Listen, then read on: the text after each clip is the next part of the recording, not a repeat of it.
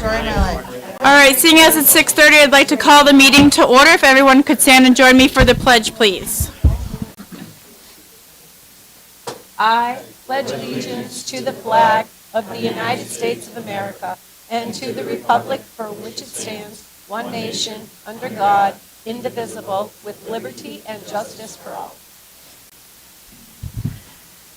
So I will make a note that there is agenda adjustment to what was actually originally put out to you. Public comment was originally omitted from the original agenda. So the adjustment is that we put it back on the agenda.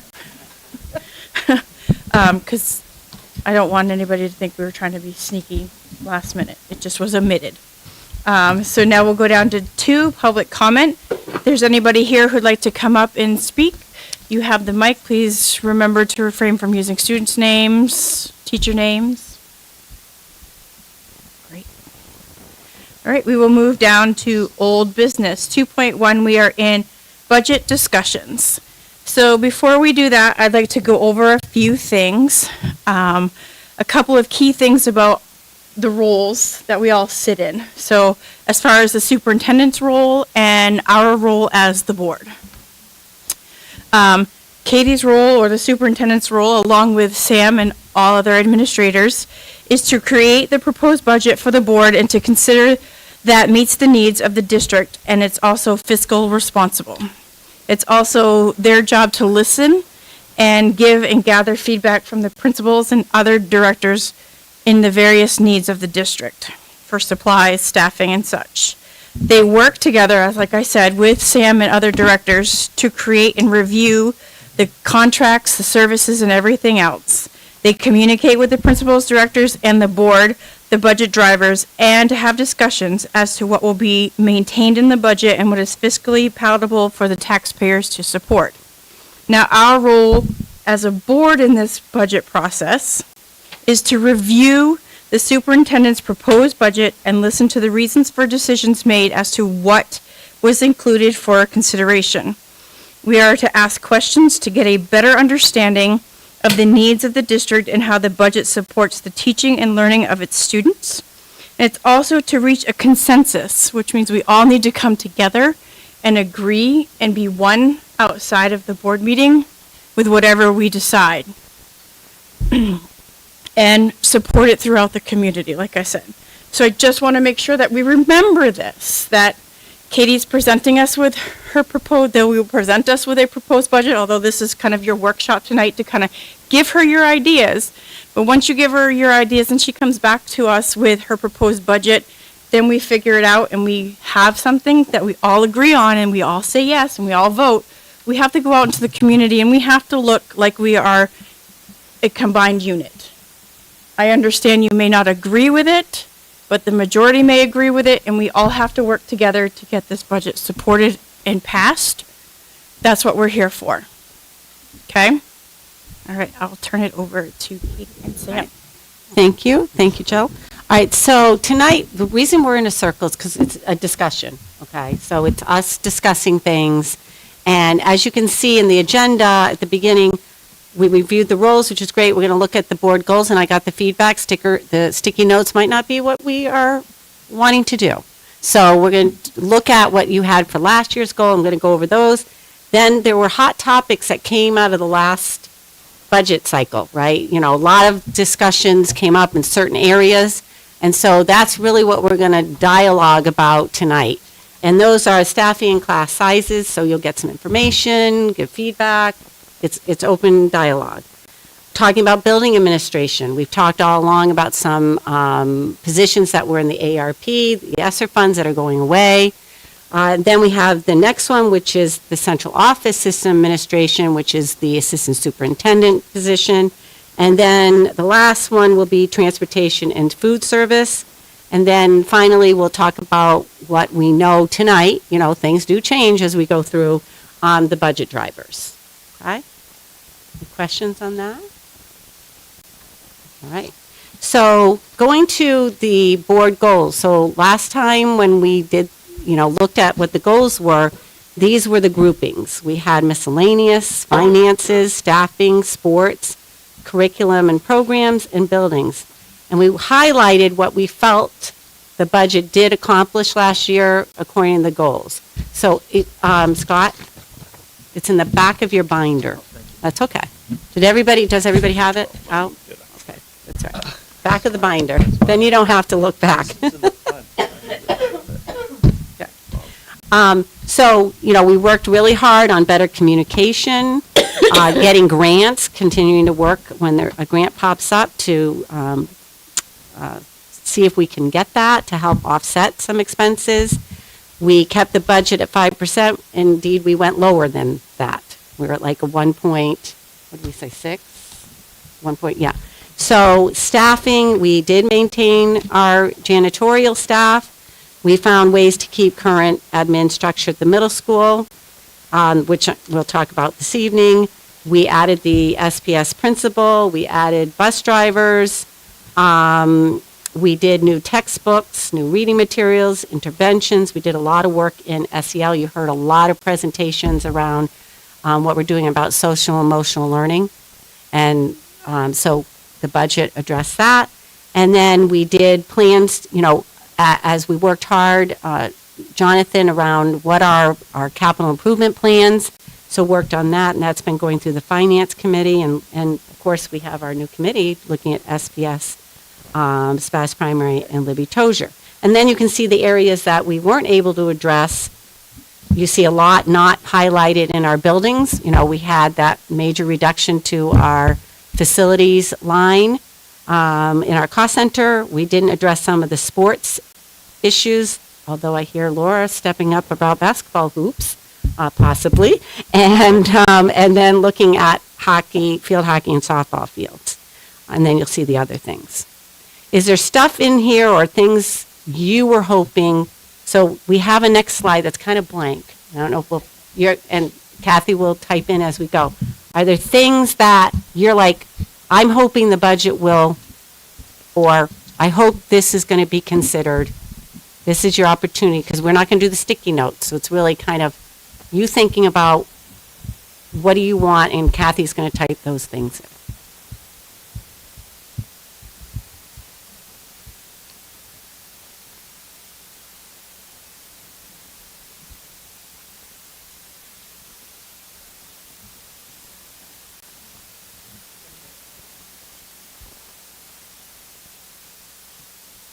Do you want me to call on you? Okay, Diane. I'd like to see some more teachers in special ed, because I know we're short-staffed in that, correct? Right now, we're not short.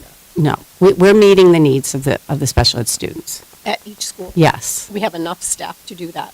Yes. I mean, we have openings with ed techs that we're always filling, looking to fill, but there has not been a request from the special ed director for more staffing. So at SPS, do they have a resource room teacher that does behavior as well as special ed? They have one special ed teacher. Yes. So we did not discuss adding a special ed teacher. Okay. But we can put it down that one of your goals is make sure special ed has the resources they need. Let's put that. Okay. That's a good one to have. Brandon, are you thinking of anything? Just looking at any of the positions that were covered with a grant to make sure that those positions are necessary and are working, and if they are, I'd like to see those positions added. Okay. And that will be a topic later in the presentation. Good. Scott? I have no idea. Okay. Bob? I think my goal this year is, like I think it's been in most of the year, I apologize, had a sinus strip for a week or so, and it's causing me to be a little hoarse. I always consider the board's responsibility to put to the budget meeting the budget that we feel is necessary in order to provide educational opportunities that our students need in order to be successful in the future. And so it's always maintaining those programs that are doing that and getting rid of the programs that might not be doing that. So I know that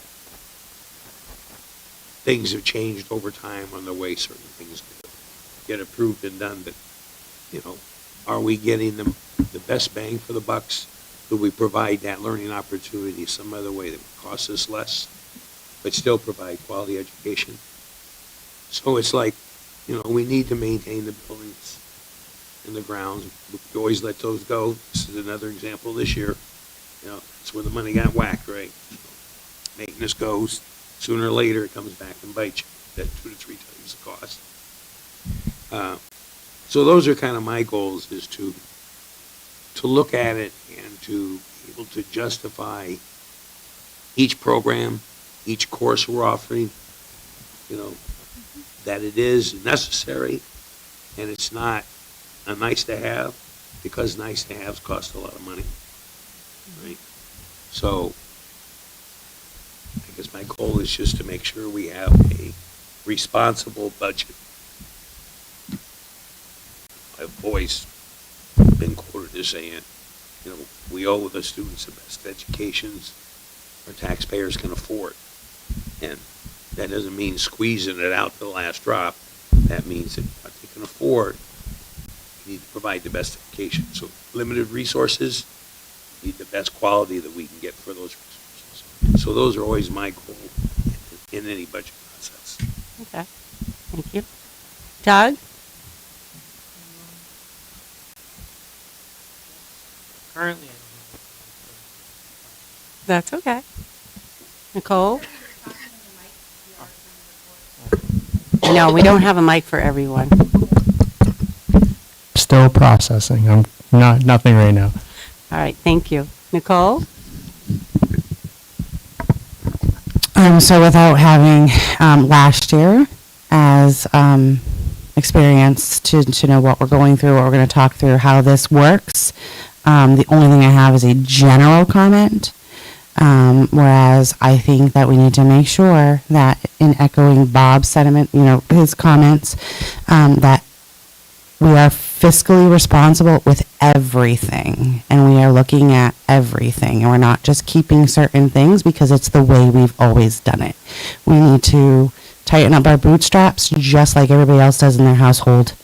So we want to make sure that we are still giving them, our students, our community, the best quality education with what we need to give them without having any overspending for anything that's truly not necessary to their success. Thank you. Laura? I don't have anything else to add. Jill? As for me, I want to keep the interventions in there. I'd like maybe even more, because I think there's some kiddos, Yeah. I moved it away from my face. I think there are some kiddos that still are missing that gap. There's still some of those kiddos that are missing that. I'm sort of in the same line with Bob, looking at courses, looking at filling the classrooms with their sizes. I understand, we have classes that only have 3 or 4 kiddos in them. Is that really fiscally responsible? Is there another way to fill in that classroom? Is there more that we can do? Is there better programming for those students?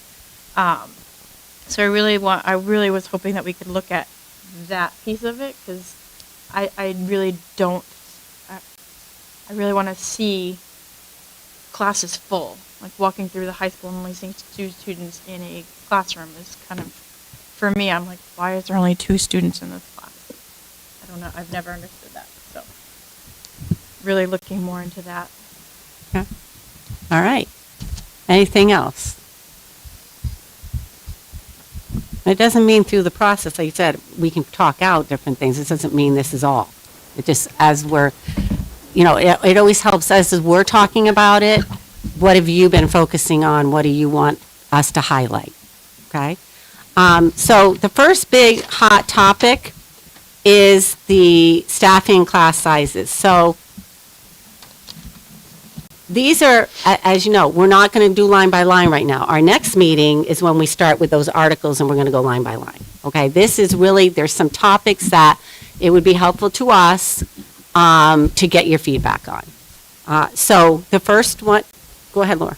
I just didn't know if this FY25 goals was just for the board member section, or if you guys had your goals there as well, or they're throughout here.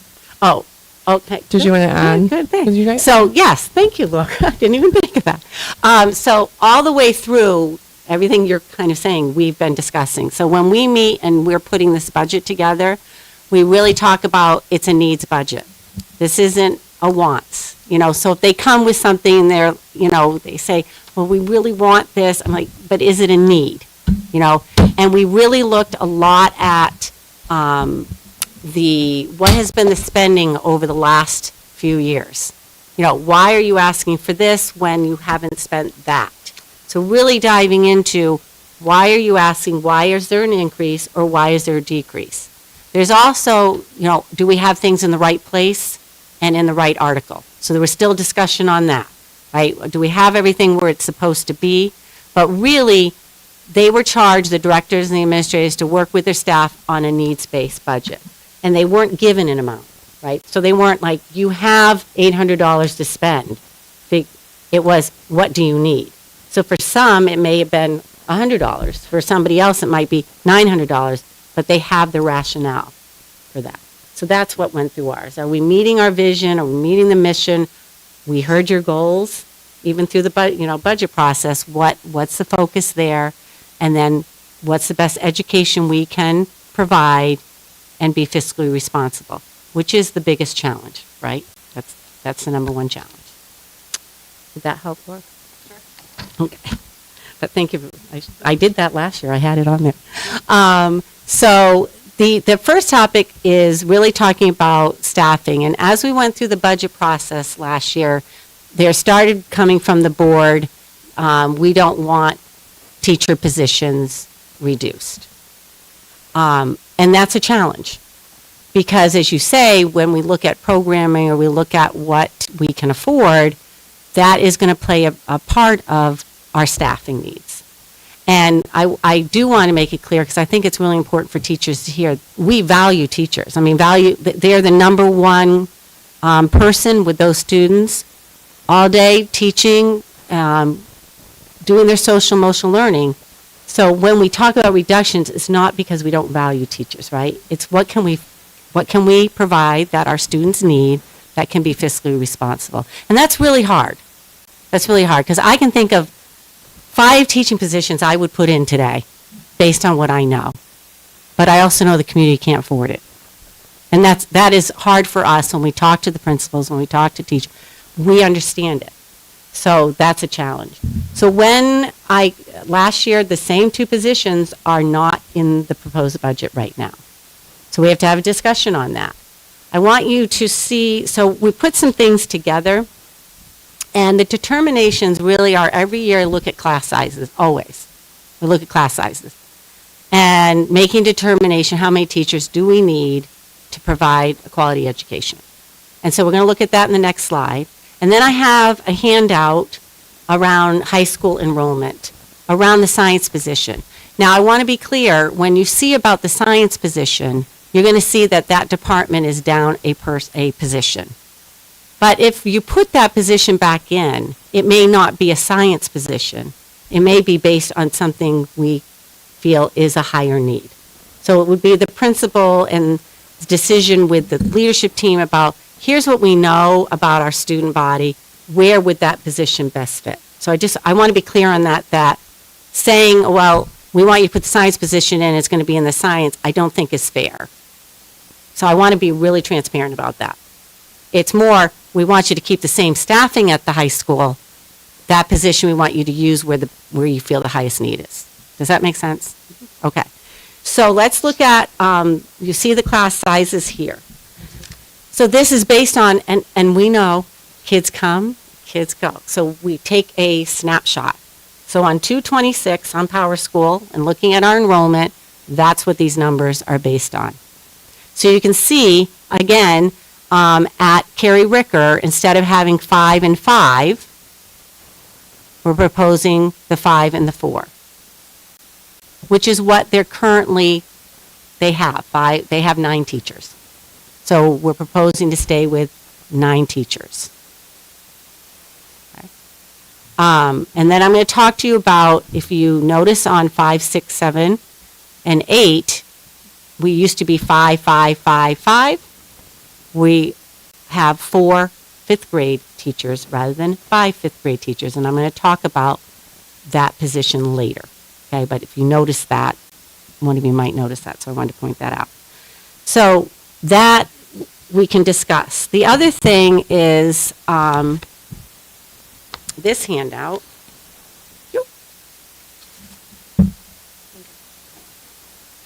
So what we did is we took each department and we totaled up the number of students participating in courses in that department. So the number of might be the same student, perhaps. So it's not one-to-one to student. I might be a student that takes 2 business classes, or I might take 2 math classes.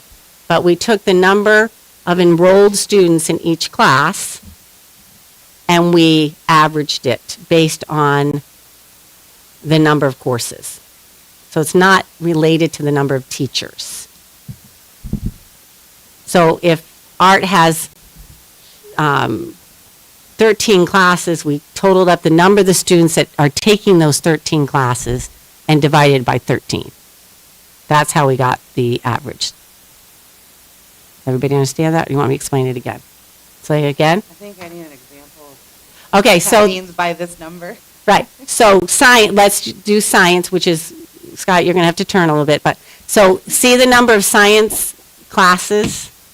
So in the fall, there's a certain number of classes in science. Oh. Yeah. So, if you, I'll get them. So, here are the classes in the fall, right, that the science department has. So please go down. These are their classes. So, we totaled up all the enrollments and divided by the number of classes.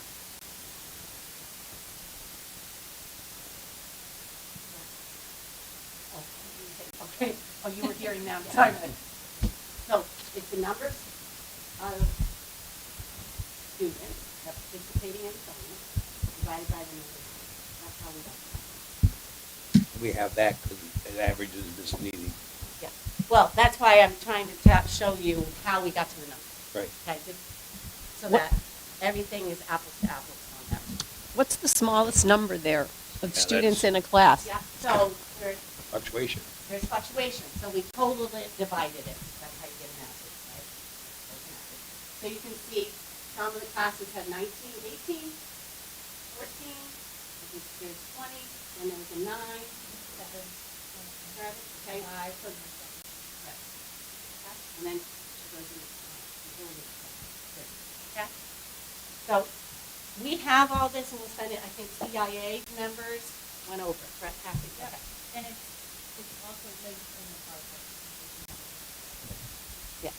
Are some of these science courses, like, they have to take it? Yes, Or they're- required? So on your paper, I put what's required in each department. So you see in the first column is the average for fall, average for spring, and then you have number of teachers in each of the departments, and then you see what are the credits. So you can see at the top, they need to have an art or a music credit. Then they need a 0.5 of personal finance, 4 Englishes, 3 math, then art music, then the 2 PE and health, and then 3 science, 3 social studies, and then their electives. And students need to take 7.5 electives in order to meet the 24 credits for graduation. Okay? So what you're saying is they can take any science courses as long as there's 3 of them? Well, they take the biology, they take chemistry, and they take the, I know what it's called, investigations in science. So those are the required ones? Yes. It'd be good if you highlighted those so we know how many kids are taking those. Okay, all right. So we'll think about most of the time freshmen take the investigate, correct me? No, correct, I want to get it right, so come up to the mic and, I don't want to make assumptions with what I'm about to say. All right, so as far as freshmen are concerned, they all take investigations in science. That's the first class that they take. And then from there, it's typically biology, chemistry, but it's not necessarily required. It's really that first year that's required, which is that investigations in science class. From there, students do typically, as sophomores, take biology, but there are other options that they could take. They could take chemistry as a sophomore, given their math capabilities, so on and so forth. They also have anatomy and physiology that they can take. There are a number of different electives that count as that 3 credits of science. If they take an elective part as their science, that doesn't count as both, right? It No. counts either as a science Correct. or an elective. That's correct. Okay. Yep. And just to make sure, I've got Mel behind me, so is she nodding, is she nodding yes? Are you nodding yes, Mel? She did not yet. Okay, so they all have to take biology. Thank you for the clarification. Yep. So that investigation science up there, those 3, so 2 are science, 1's biology. So if all the freshmen, that totals 32 or so? There's more down below. 6 and 7. But so if that's fall, Laura, there's 6 sections of investigations in Okay. science. 3 are with one teacher, 3 are with another. oh, that's So by they're- teacher. This was done by teacher initially, so there's 6 of the investigations in science, which is like earth science, physical science. Okay, thank you. If you scroll down, you see the other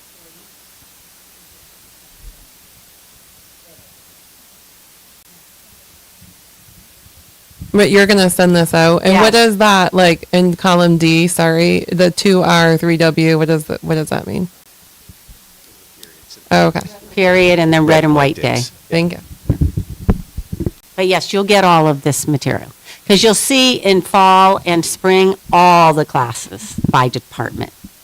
Okay? You'll get all that information. All right, so with Diane's comment, it would be nice if something was coded on this so that we would know that investigations in biology are required. Required. Then we know the other sciences are not necessarily electives, but they're options Right. to complete this.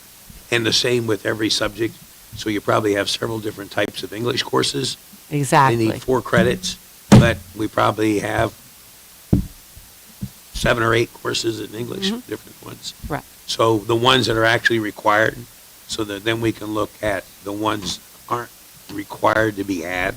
Yes. Okay. Yep. We can do that. All right. Thank you. Do you have any questions on the decision right now to not have 2 teaching positions in the proposed budget? Can I just ask a question? Of course. That's what the, As far as I see these projected enrollments, it would be great if we had another column that would say special ed, because some kids are in the special ed, they're self-contained. So are these, what you're averaging here, are those also special ed kids within that? yes. Okay, so it would be great if we had a column that said kids that are self-contained, because that can bring your teacher down a few kids. Because if I had a class of 20, I might have 2 kids that are really self-contained, but they're in on my enrollment. Right. I just caution that only because when they go to specialists and things like that, that is the number, as you know. Yeah, I do know that. Right, when so I can pull out the self-contained, but I won't pull out the ones that do get some of their instruction in the classroom. Correct. Okay, all right. Like kids that are in, Yeah. I know which, I know. FLS program. Yeah, I know which ones, yeah. Because they would come to me for the flag salute and whatever, but they Right. don't come to me for everything else. Yes, okay.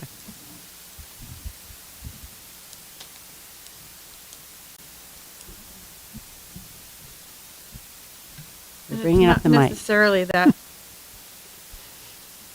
Like for Jan, she doesn't work by herself with 16 pre-K students at once, right?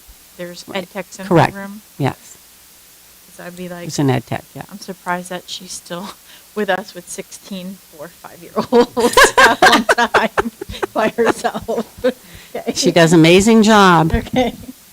She does, yes, but still, that's a lot to ask. Some days better than others. There's ed tech in some of these classrooms. Yeah, if There's like- there's ed techs in the pre-K. The others do not have the ed techs. No, the kindergarten has one that supports, but not every kindergarten has a tech. Just a floater. Right. Yeah. But they just, They support, they do like the interventions, they support where needed, yeah. Right. But we can add. Go ahead. I had a question about the Sure. projected enrollment numbers, just so I want to make sure I'm not making any assumptions here. Yeah. So for these numbers in this matrix, did we take who was in pre-K this year and put that number into kindergarten for Yes. each? Correct. Okay, I just Yeah. want to confirm. No, you're right. And then is pre-K based on this year's enrollment? Okay. It's based pretty much being full, in which they have been full. And that's 64? Perfect. I had questions about the two positions Yeah. that are not included in the budget because they were included, and then we took them out. Well, I wasn't here, but Right. here we. And then we put them back in, and we did hear, I believe, from our high school administration and the teachers on how important that science position was to them. And I don't know how actively we searched or what we were able to come up with since that budget got approved. So I'm curious about why we're not including it in the proposed budget. What came of that?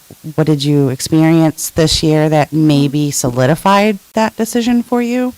And the same with the fourth grade. I think there was a little bit more stance behind the science one, but I think we also did hear about the fourth grade one too. So I just want to make sure that we have all that information and we're not just considering them expendable because they're not filled. Right. So they've been advertised in multiple places. People have been trying to network to bring people in, and we have not been successful. So it's a challenging, especially science, they're hard to fill. They are hard to fill. So they did every effort. They've done it, they did a couple of interviews and things like that, and there was not a viable candidate to fill that position. Same with the fourth grade. So when we talked again, we believe the science is being met. Is it ideal? I'm sure as they advocated, they've had class sizes are higher than they've had, and labs can be challenging with a higher number of students. So as we came through this budget season knowing we hadn't filled it, it made sense again to have it in the reduction. And so we did talk, but we also talked about if you say you want the teacher back in, we're not sure, would it go into science or would it go into an area of a higher need? There's still discussion that would need to be made. When they were added back in, given the timing, they weren't added back in at 100%. It was decided that they'd be added in at 50%, and the positions likely just where we were at the point of the academic school year, we weren't moving forward with a full position in the budget when they were put back in.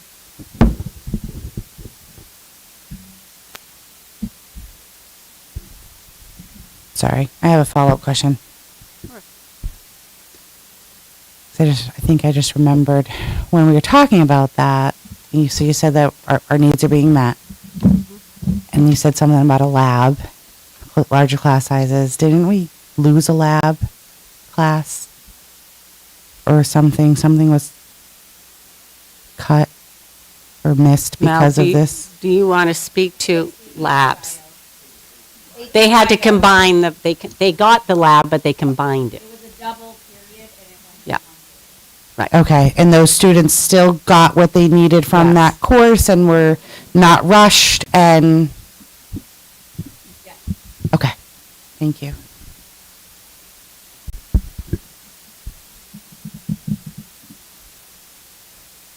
Okay, well, we can come back. I mean, I just wanted you to know. And I put there that if we put them back in, it would be 216,000. So we're saying on average to put a teacher back in is about $108,000. I mean, get the high.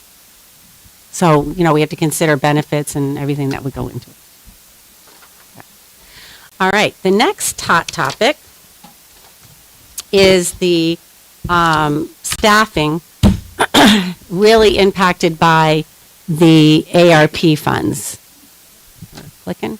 Okay. And you've heard us discuss this, so I'm telling you what was put in and what was not put in, okay, and the reasons around that. So the Oak Hill Middle School Assistant Principal is in, okay, and that's obvious, right, that needing support at the high school to have both positions, the principal and the assistant principal. And then there was a technology technician position, and we put that in as well, because if not, then we have really a technician at the high school and probably doing high school, middle school, and then we have a technician that would be doing the elementary schools, all 3 elementary schools, and plus helping out. So this keeps our staffing where we have 1 at the high school, 1 at the middle school, and 1 doing the elementary. So this keeps that staffing as it is right now. And remember, last year we reduced 1 position. So this is maintaining what we have now and talking to the director and so forth, really meeting the needs. We're 1-to-1 in the district. We have a lot of support needed for students and for staff to make sure our technology, our investment, return on investment, is being actualized. What is not in the position in the proposed budget is the dean of students and the study hall monitor at the high school. And the study hall monitor, he monitors the study hall. So it does not require a teacher to be covering that. So the high school knows that this is coming, so they're talking about plans on how they're going to monitor study halls perhaps in a different way, or brainstorm how they're going to adjust not having this position. Now, I mentioned to you earlier the 5th grade going from 5 teachers to 4 teachers. So what we're looking at, as always, we're looking what are our resources. So we're proposing in the budget that the dean, which is seen as more of an administrative position, be a teacher position that is similar to what we're doing at the elementary with a PBIS specialist. So this person, the positive behavior intervention supports that we're doing a lot of work in, which is the focus of Tier 1, how are the behaviors, this person would do that, would be meeting with students, would be working with teachers on how to support students being able to be in the classroom and be engaged in their learning. So it's taking a position, and it would be on a teacher's contract. So, I was asked today when I was at the middle school with one group of teachers, well, how would that work? Well, we would obviously, we're going to have, we have that retirement, we have perhaps some movement, so the principal would make decisions on where first, always the first line, where do we need our teachers to be their best for students, and then what is left open that might need to be filled. This position would be posted, just like we do, and we would see if we have internal candidates. Doesn't mean that the current dean couldn't apply for this position. But it's taking a resource, rather than adding a dean position in the budget, it's taking a position that we might say we could reduce, right? But we're instead saying we have a need, that the middle school really needs that support, so that they would have the principal, the assistant principal, and they would have this PBIS specialist. Okay? So that's what is explained down of changing that.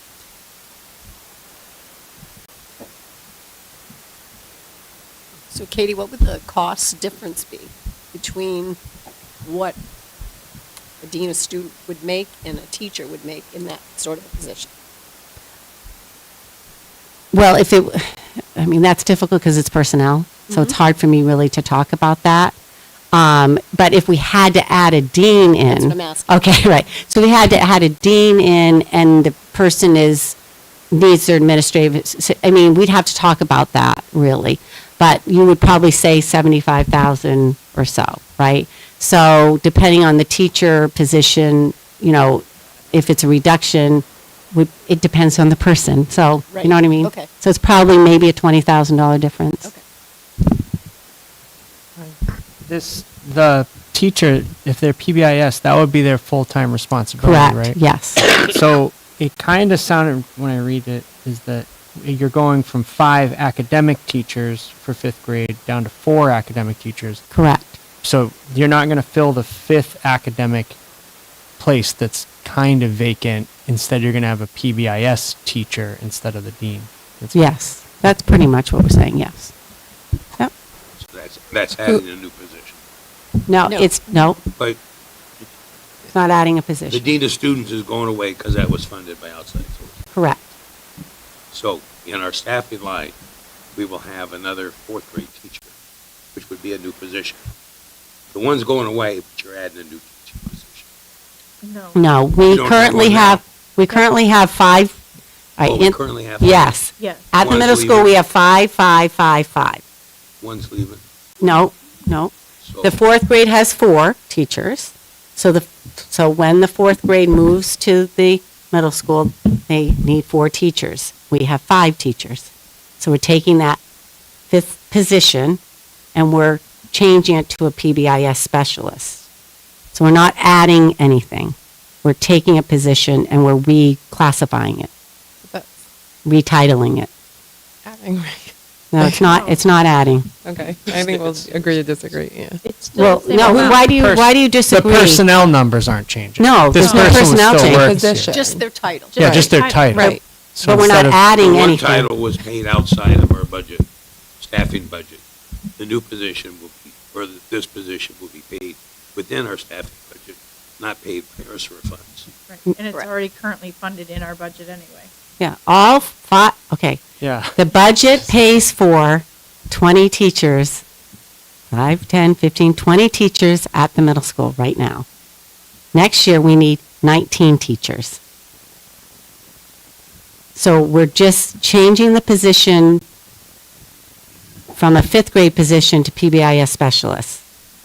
No impact to the budget. I think it's confusing saying that the dean of students is replacing it, not that the teacher, the 5th position teacher is replacing it. So the dean of students position will be replaced with a teaching position due to the class size numbers currently. But we can Not rework. really. But not- But not really. I think that's why it's confusing.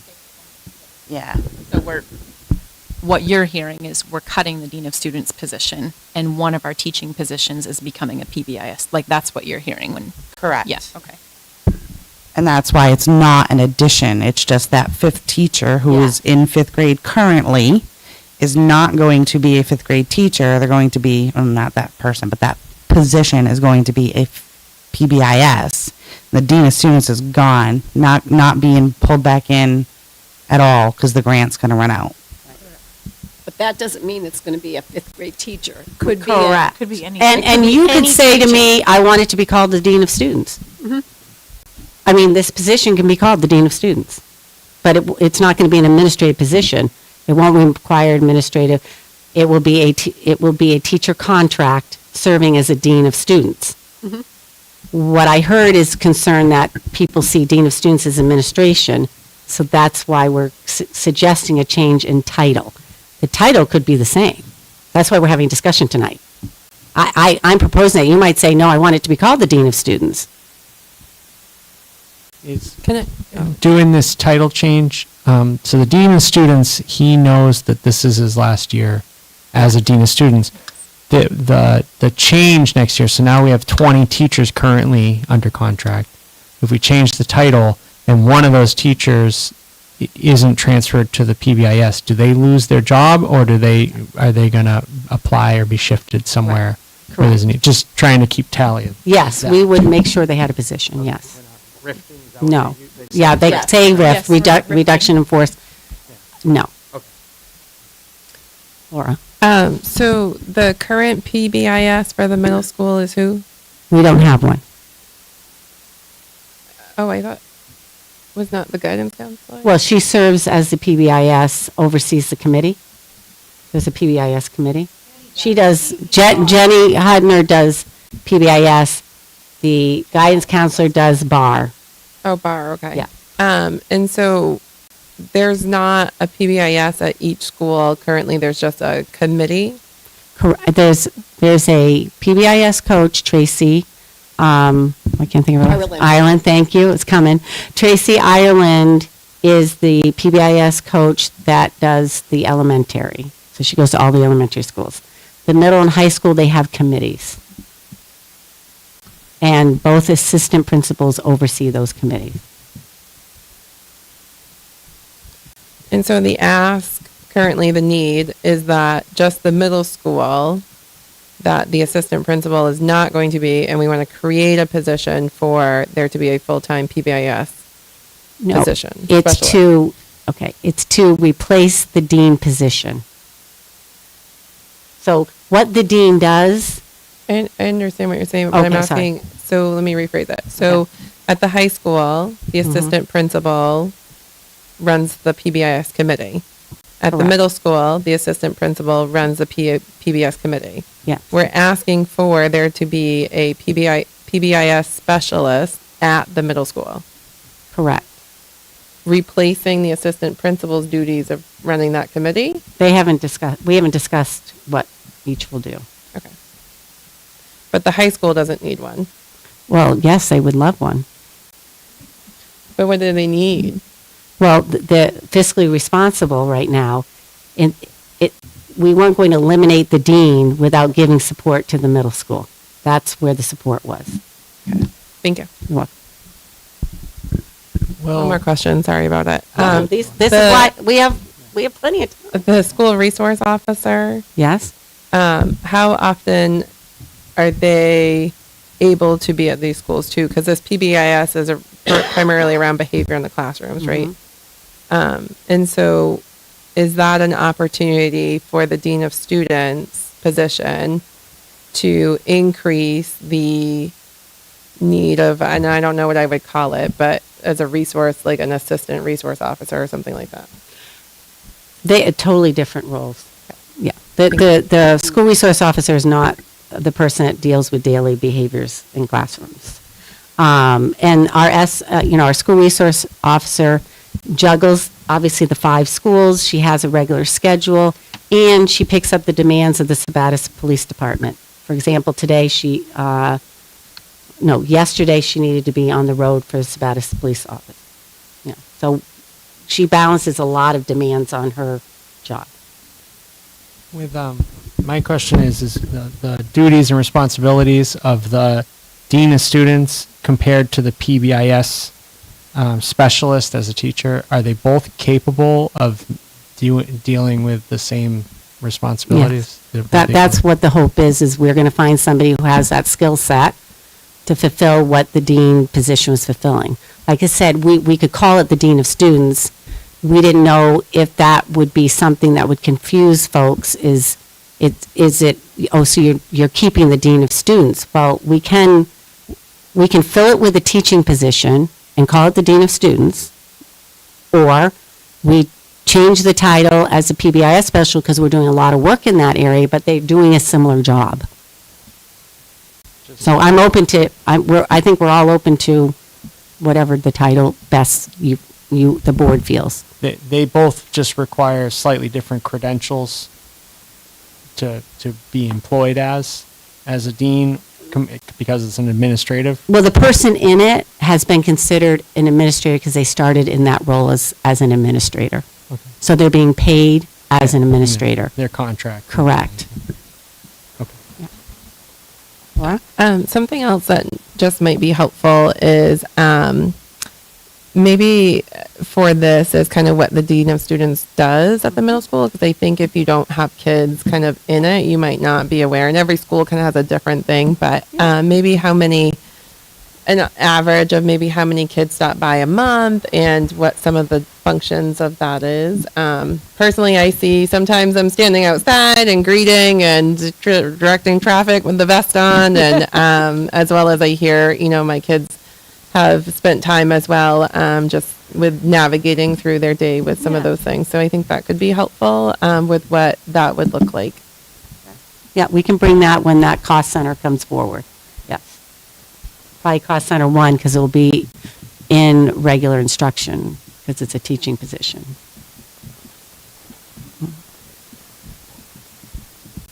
Or it will be in student support.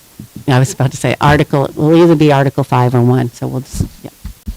Sorry, could we also maybe talk about if that's needed at the high school? Because I know one of the things is that it's kind of trickling, right? So when they're at one school and they're doing something and then they go to the next school and it doesn't have the same support or the process, and I know that's been a goal to kind of get things progressing through. So can we talk about like the needs at the high school? Because I'd hate to do a bunch of work at the middle school and then Well, just remember, okay, we had opportunity to meet this need because we have a reduction in the need for staff.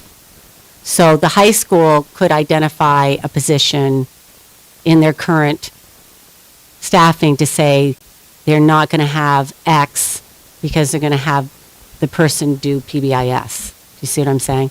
So let's say I'll just throw it out. In the social studies department, we're going to take a teacher from that department and have them be the PBIS specialist. It's budget neutral. If you're talking about adding a position, it's $108,000. But I think one of the important things to think about and consider is that if all of this work goes in at the middle school level, we want to make sure it sustains and stays successful at the high school level. So if we're saying, well, it's not something that they're focusing, they're not something that they're putting into the budget because they've never done it that way. I just want to make sure if we're investing and focusing and doing that it sustains through. Yes. And I would put the dean there because it's early intervention. Correct. Hopefully address issues at the beginning so they don't flow through. And how has it worked out? But at the end of the day, budget-wise, you're talking about at best a $20,000 difference, if anything at all. So it's kind of Unless you add one at the high school as a new position. Right. you're adding. Yeah. And I trust the, Oak Hill administration that they felt they really needed that. They could look at their staffing and see if they could propose something. So yes, I hear you. They're working very hard, and we plan on the middle school and high school following in. They've applied for the grant to be part of the PBIS Department of Education, like our elementary is in. And so they've asked for middle schools and high schools to apply to be part of the PBIS cohort.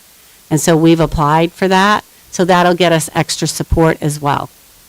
So we're looking, everything you're saying, we want to definitely have a streamline from middle school to high school to make sure that things are being consistent. Okay. So then the next slide just shows you what is in the proposed budget, which is at the elementary level, 2 building principals, an assistant principal, and 3 school secretaries. At the middle school is 1 principal, 1 assistant principal, and a school secretary. And at the high school, 1 building principal, 1 assistant principal, and a school secretary. That's just giving you the big picture in Article Cost Center 6. The next hot topic, which we need your feedback on, is the assistant superintendent position. So as that went through, a lot of discussion at budget time was a district our size having a superintendent, assistant superintendent, and at one time the district didn't have that. They had the curriculum director. And so we've talked a lot about shifting that again back to what it has been, which is instead of having assistant superintendent, it would be a director of curriculum assessment instruction and the title grant director. Adding the title grant director title to either the assistant superintendent position or the director of curriculum assessment instruction allows us to tap into title grants to pay for part of the salary. So if you don't have a director title, you can't do it. So in researching it, we have to have a director title, and it can be paired with another position, because other districts do it as well. And then we can put part of that position into the grant. We also had a lot of discussion, which is going to come into the next hot topic, which is food service. So we'll get to that in a minute. But that would be removed from that position. So with the shift, Kathy is not a person who says no, okay? If I had been her mentor when someone asked her to be the food service, I would have said, you're out of your mind. Say no, okay? She didn't. She said yes, okay? And she said yes to help the district save money, okay? But an assistant superintendent, a curriculum director, is not the food service director, okay? She does a great job managing a lot of plates. And she never complains. She always has a smile on her face, and she works hard, okay? But we have to consider that if there's a change, we have to have a position that people can do that isn't Kathy, okay? So Kathy can do it, yes, but that's not the point, right? And because she's juggling so much, it's hard to put what she has to put in food service in order to continue that revenue. So she has, in her role, moved food service from being in the red to the black, which is outstanding. Right? She deals with the personnel issues, and she deals with the equipment stuff. So she does a lot of things, but we as a district have to start saying, we've got to do something different. So we had to, as you say, think outside the box, look at our resources, and we have a proposal for you tonight about how to shift that around. But part of this move with the assistant superintendent moving into director of curriculum assessment and the title grant director is removing the food service responsibilities. Okay? So I need discussion on, is this the direction you want to go, which is move this position into Cost Center 5, change the title? Bob? I think we need to keep the title it is. There's a reason we added it to the assistant superintendent, which we had before, and then we went and changed it to just a director. And then when we lost our superintendent, we have to go out and hire retired people that aren't all that up to speed as a superintendent and pay them big bucks until we hire a new one. The last time we were in that position, we had an assistant superintendent, so she was qualified and certified by the state to fulfill the position, the duties of a superintendent. So she could sign the paperwork and everything that requires somebody that's certified with a superintendent, either assistant or superintendent or title. So that has saved us a lot of money. It costs us a little bit. It's a title. Some people will not pay any attention and won't care, but people who will listen will understand, if we can explain it right, that it's a title, and having that title provides great benefits to the district. It also goes along with the ability to hire if that position comes open. So I would like to see it maintained as the assistant superintendent, and then if we need to add the instruction and title grant so we can get some of the funding, that's great. But flip-flopping back and forth, every time we've gone down to a director, we've got burnt. So that's why it's back up as assistant superintendent. Just still semi-new to it. When's the last time, and do we know what we had to pay out with what your scenario was? So it was, but we were waiting for Hodgkins to come in? Or was it before? No, so before you, we had Kathy to go and cover the opening. Correct. So it was for Hodgkins. And we got a retired, I don't know what his name was, but that's been a number of years. And I think we had to pay. Yeah, he doesn't know anything about the school system, know anything about the people. He just comes in, sits at the meeting here and does it and signs his name and takes a check. Do you think it was 10 years ago, 20 years ago? Maybe, let's see, you've been here 2? Only been about 10. Yeah. Yeah, probably not And what quite did 10. What did it cost 8 or then? 9. I don't know, I don't Oh. remember. We'd have to try and go An back. intern, if it's an intern superintendent, they usually ask for like 75% of a salary. So if the salary is $100,000, they'd want probably 75,000 of it. They can negotiate. They negotiate. To do To- not even yeah. the Right. job. And Right, then, and they Just get a like RSU, Richmond has, when they broke away, hired an interim and they were making $500 a day. and then if we just need somebody to sign the paper, right? Just and like No. just That's not hypothetically all. say, and then there's nobody else because there's been a lot of discussion about that before, right? So like maybe a principal could do it or something, but there's nobody else in the district that could, unless you have an assistant superintendent title or superintendent title that would be able to do a There's more function. to that, though, Okay. right? There's a certification, there's You have to all, be there's certified. other things to that. Like, you just can't go to the kindergarten teacher and be like, hey, can you be our Yeah. assistant superintendent? There has to be a whole certification process for that. Just like if you're any kind of admin, like there's a certification process to go through that. And so we don't have anyone else in the district currently that would. We do, we have, yeah, we have an administrator that is certified, but if you move that person into that position, then they're not doing their other position. So then you'll be covering that position. I mean, it's just a down. I was just asking. Yeah. No, no, Like I, if no, you won the I- lottery yes, someday. yeah.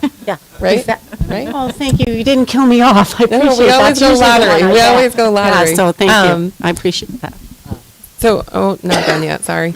And so I personally am a huge proponent of a grant funded position. I know a lot of other districts do it. And so I think that wherever that lives is a great idea. I'm also just seeking to understand about curriculum and assessment. If that position was eliminated and created a committee, because one of the things that you had sent out to us in the last year was everyone's salaries, right? And so with that, looking at kind of what some of our salaries are, is there opportunity?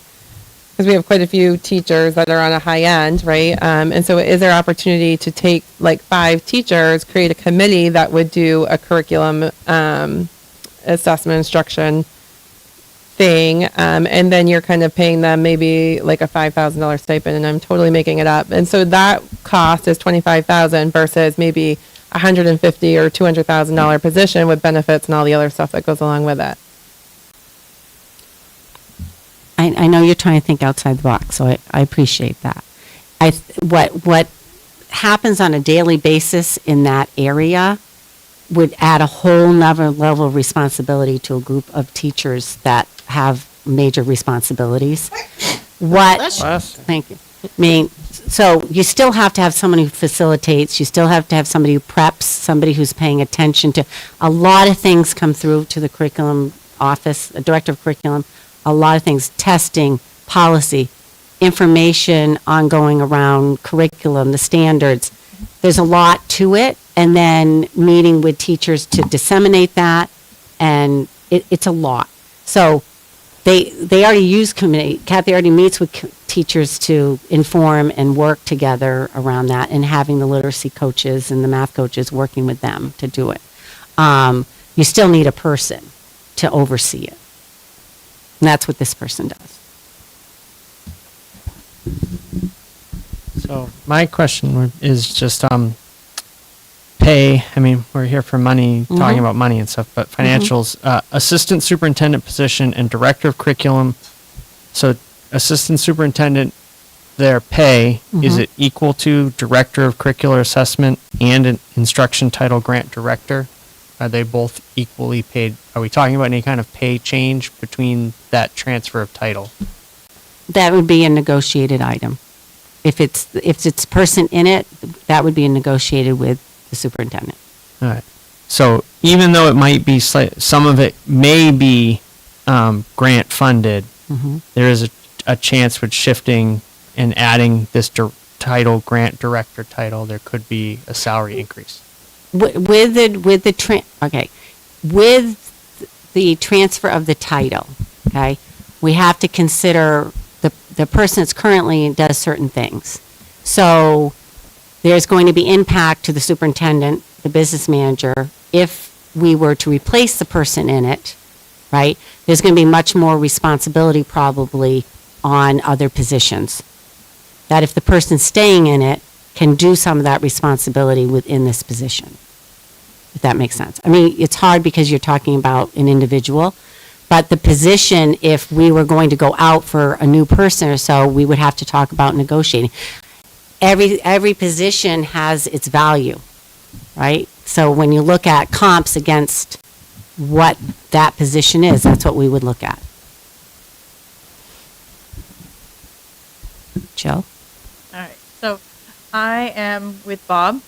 I would like to keep the position title the way it is, add the title grant, and remove food service completely off of that responsibility for that person. I think there's a lot of misconception in the community about that position and what that position actually does for the school district. So I'm not for calling the position a director of curriculum. I want that position to stay as assistant superintendent, adding the title grant director.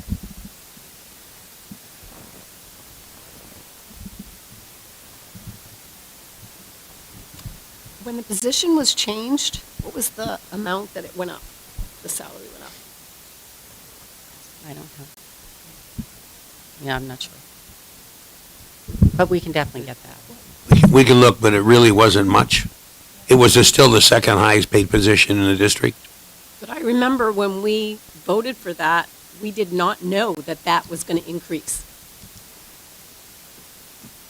That When we it was changed gonna the be- title, Correct. We did, because I went back and looked at it. None of us were told that that was going to come with an increase. you never know that till you negotiate with the person But you're you have to hiring. negotiate. So we didn't know that there was going to be an increase, Right. except, Right. right. So that did, all the contracts were going up for everybody in the administration. So that brought in, that position also went up because everybody else, tide rose, the ships all rose. So that's why the money actually went up as much as it did. Nicole and then Doug? Excuse me. I support changing to the director of curriculum, but I don't understand the difference between curriculum assessment and instruction all in the same title. So I'd like to understand that a little bit more, as well as why is it / title grant director? So it's either curriculum and title grants, which I think that part is huge. So maybe having that in the title shows that it's more than just a director of curriculum. However, I'm still not 100% sold that the assistant superintendent title is 100% necessary, right? This is a needs budget, not a wants budget.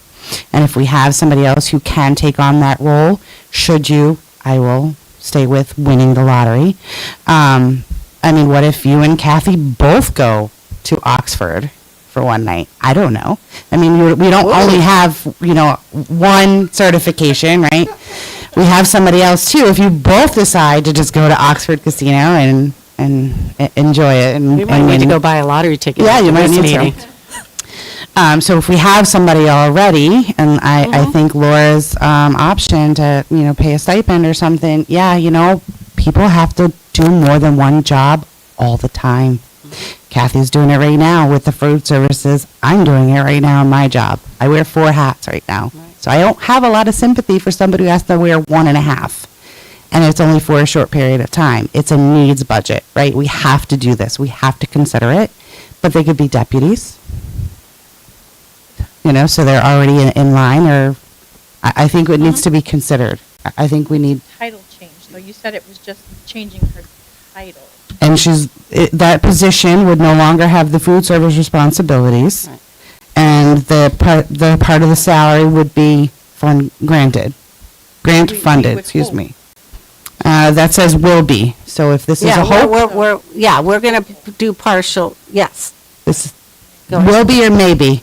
So that portion is tied to a title change. So in order for us to leverage grant funds, it has to be built into the title and also in the job description. It has to clearly delineate what percentage of that job is doing the ESSA coordinator. So that way, when we're submitting for the reimbursement, that percentage needs to line up against the contract that we submit with the grant so that they know we're on the up and up with how we're billing them for that. Does that make sense? It does, but Without changing student programming. it does, but it's presented as a will be. So it's either a will be or a maybe. Okay. So listen, with the title change, it will be.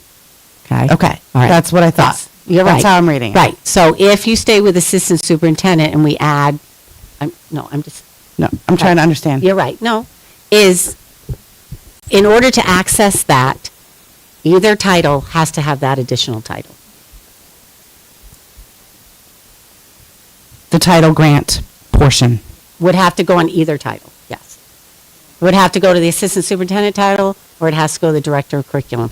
We often say curriculum assessment instruction because it isn't just curriculum. So many districts have changed it. It always was called a director of curriculum, right? And then about 10 years ago, it started evolving that I'm the director of not just curriculum, but also instruction and assessment. So that's why the title of that position. So if somebody was applying, they would understand what that means. But you're right, the public would need to understand why are there three parts, because there's three parts to the position. It's not just curriculum. Okay, so today, the assistant superintendent position is solely titled assistant superintendent and is not currently funded by any grants. Correct. My title actually is assistant superintendent of curriculum assessment. Right. But I'm trying to get to the grant piece, though. Yes, no, right. Because currently doesn't have that in the Correct. title. Correct. And in order to get those grant funds, it will be in the title. Correct. And once it's in the title, we will get those funds. Okay. Correct. I still support the change. We have to allocate we get a certain number, and then we have to allocate a certain portion to the director. We don't get more money from titles. We have to look at our titles. Okay. So there will be a savings on a salary. Yes, there would be. So Yes. not to jump backwards or to discount what you said, Scott, but if we have a $20,000 savings here and a $20,000 savings there, and, it adds up. It all adds It all up. adds Exactly. There's no- We agree. It's probably gonna break, most of this is probably gonna break. Well, I guess, so my thing the more I keep hearing about this whole assistant super, it kind of became our funny, like, administrative junk drawer for jobs where we just kind of like anything that we can fit in it, we kind of just lumped on. Correct. with, like, That would be true. yeah.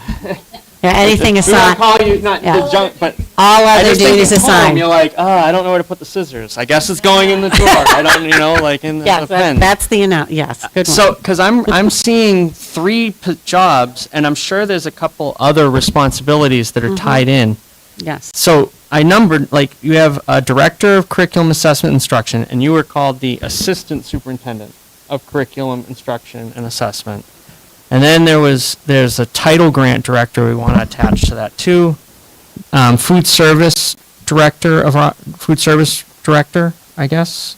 Correct. Right, and then I feel like if I looked back, there was one or two other things that have been lumped in there.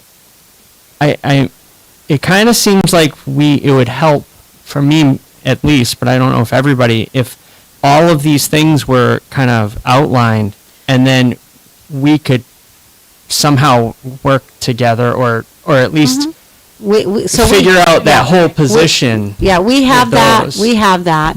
Remember we shared that, all the responsibilities. But Yeah. you're absolutely right. The assistant superintendent gives you more flexibility to add different responsibilities, where if somebody comes in as the correct curriculum director of instruction, it's not going to be, there'll be certain things that they wouldn't expect to be assigned. Assistant superintendents know they're the catch-all. Yeah. Yeah. So does it, I guess maybe if we at least delineated it clearer, it makes it easier for the public to understand the reasoning for having that position. And then it also allows whatever we want to take off that plate or try to clean out of that junk drawer. It makes it easier to know like what's involved in that kind of thing Yep. for everybody, you know, to know when talking about them. Like you wrote down food service responsibility shift to the director of operations. Isn't the director of operations pretty full? Well, as well? we're going to get, that's hot topic number 4. Yeah, so So there's more to that. I guess I'm just advocating for more information. So I guess what I need to hear, because we're going to go line by line, we're going to go into the different cost centers. Do you want this position in cost center 5, which is student support with a title, a certain title? Or do you want this position to stay where it is, which is in cost center 7, which is system administration? I think for me personally is that I'm being asked to identify something, but I don't know all of the things that it is. You know, Yes. You're rolling out with a brand new prototype car, and you're telling me, is it a van? Is it a truck? What is it? And well, you know, after a while you go, it's an SUV, but we don't know that yet, right? Yeah. And so Yeah. I feel like I couldn't answer this question for myself personally with whether to put it in cost 5, 7, or title it assistant superintendent or director of curriculum until I See know the big more. picture. Yeah, Yeah. no more, I guess. All right. Well, thank you for the feedback. It sounds like we're still split a little bit, so we'll come back with more information. All right, so thank you for that. So the last hot topic, which is talking about the food service, and I want to make sure, and I did debate bringing the assistant superintendent job description. I should have gone with my gut. No, it's all right. We're going to spend another. So this was, you've had this before. This is not anything new, okay? Except that I add the trip coordinator to it. But this was the comparisons. Remember when we were asked to compare the central office? So the one side that has Ellsworth are school districts with similar size. And then on the other side are from our region, okay? And then when I did the region, people said, but they're bigger, or there's, you know. So I think what's important to note here is our. I'm sorry. Okay, I'm go sorry, ahead. I hate to interrupt. Don't- You don't- say that again for the two? Okay, so yeah, so on the side where there's Ellsworth at the top, Yep. that's similar size school departments. Okay? And then on the other side is our region, like you see Gardner, Lisbon, SAD 52. Local yeah, area. Local areas, Okay. okay? So, and I thought this was important because there was a lot of talk of, is central office top-heavy, have too many people, right? So, obviously, when you look at it, and I'm going to focus on, we can focus on Ellsworth side, if you want, at first. So, you can see there's the curriculum directors, and there's an assistant superintendent. You can also see below, every school department has a food service director. Most of them have a director of transportation and a director of operations. Now, this is just kind of reminding us that we're still very effective in our size and don't have a lot of what other people have. And then on the other side, which is our local, you can see a lot of more positions, and they're bigger, but you can see every district has a food service director, and most of them have a director of transportation, and most of them have a director of operations. So knowing that we're adding things that have to be added, which is, you know, the assistant principal at the middle school, the technician, those positions, we again met and really hashed out how are we going to handle the food service. So in speaking, and you know, a hot topic, no surprise, transportation, right? I mean, that has been the forefront of everything we do on a daily basis. we really talked about how to best use the folks and our resources. So we're proposing where the director of, where the director of operations already works in food service, doing a lot of the equipment, working with Kathy hand in hand around facilities, right? Because a lot of food service is facilities.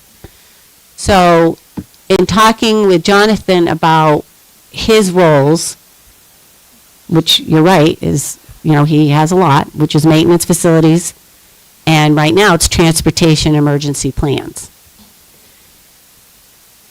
So we talked about what would make the most sense, and this is a trial again. This will be a year, is this working or not working, okay? We're going to attempt it. Is Jonathan would shift to overseeing food service, still having support from Lisbon until he has everything he needs. So there's courses he's going to be taking or certification things that he's going to be looking at so that he has as knowledgeable as he can be in that department. That would make a shift to not just have a trip coordinator, have that trip coordinator position shift into a director of transportation. So it's not adding something, it's giving the trip coordinator their own authority. So they're running the director of transportation, they're running the department. They're not having the director of operations run it with them. Okay, right now, they work hand in hand, which is great, but then Jonathan isn't able to do his other parts, and we're hoping with food service, because they're somewhat connected, because he has to be in facilities, so when he's checking on custodians, he'll be checking on the kitchens. I mean, this is what we're thinking, okay? The trip coordinator position is not year-round. So the director of transportation position would be year-round. So a lot of work can be done in the summer to prep what needs to be prepped. That's what the struggle a lot this summer was, is we have a head bus driver, trip coordinator, trying to do everything, and it was too much, okay? We also discussed support for the director of transportation. We proposed adding back in what we took away, which was a head bus driver, and pay a driver the extra hourly wage to cover the radio, because right now we don't have somebody working from 6 in the morning till 4:45 to cover the radios. So, I know, watch out, I know, allergies are up. But, and then the head bus driver would really be the contact for the drivers, really understanding the day-to-day, listening on the radio, and then working with the transportation director. Okay? That's what we're proposing in order to still cover the food service director responsibilities. We did add a position here. We added one bus driver position. So I want to make it clear, we have 10 runs. So as you heard in the announcement from the Transportation Department on Sunday, which is in probably next week or so, the Brown run is going to reopen. Now, we're not going to open it until the driver's comfortable, we're ready to go, parents have been informed, because it's going to be a change again, right? Kids are going to come off buses to be on the Brown bus.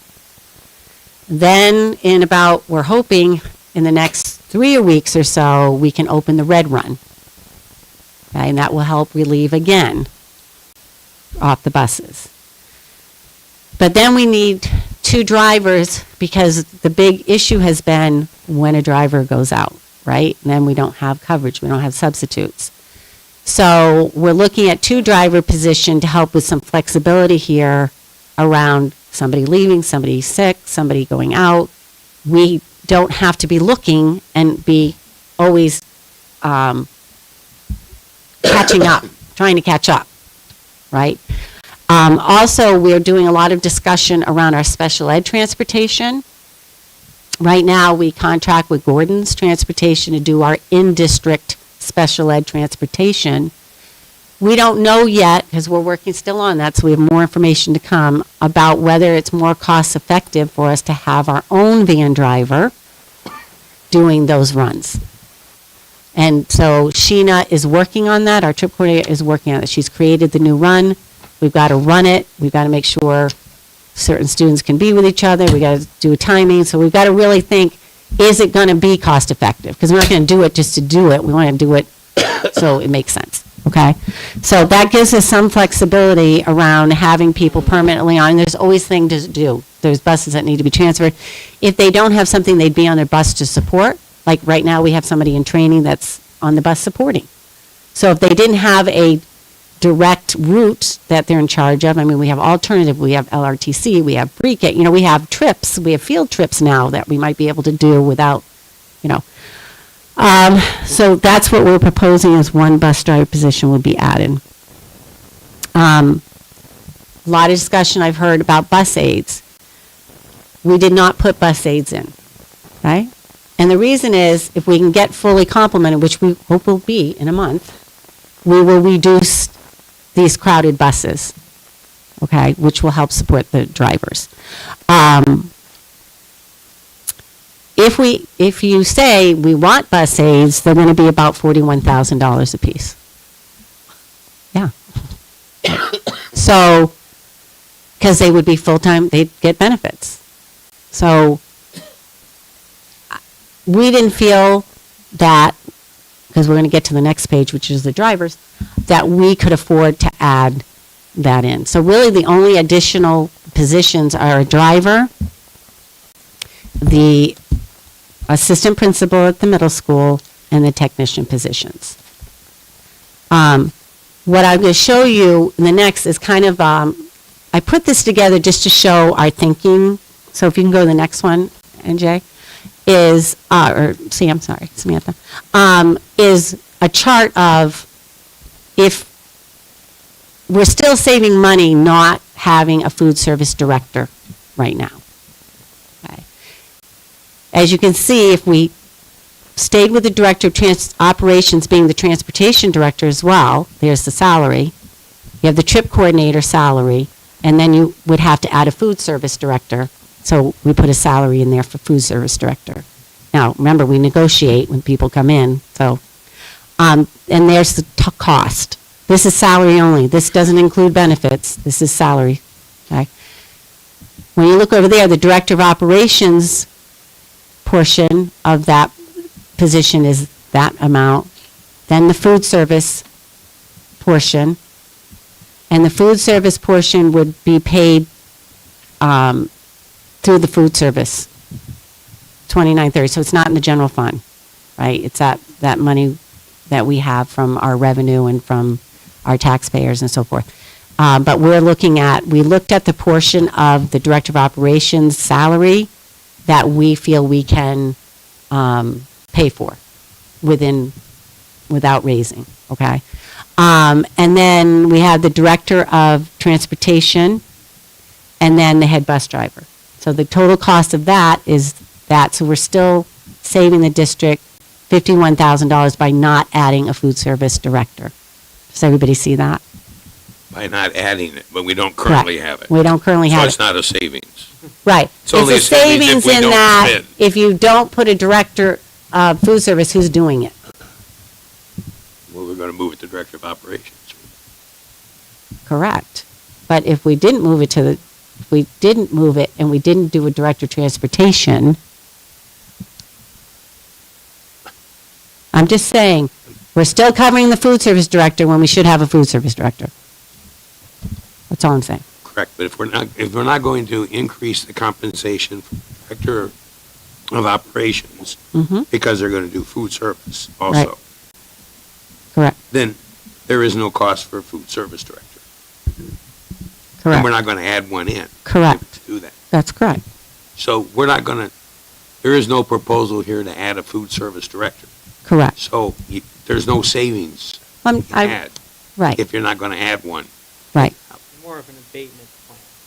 Right? Yes. Abating the cost that would occur if we were to have to. Right, if we had to add one, but we don't have to add one, so there's not a savings. Right.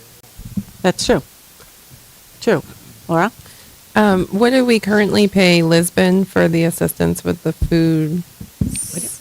18,000.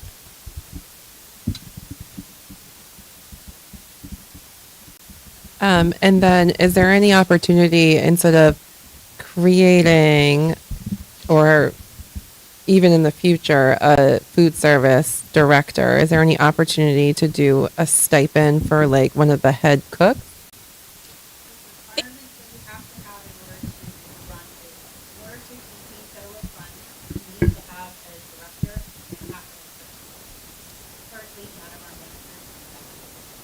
Would they be able to?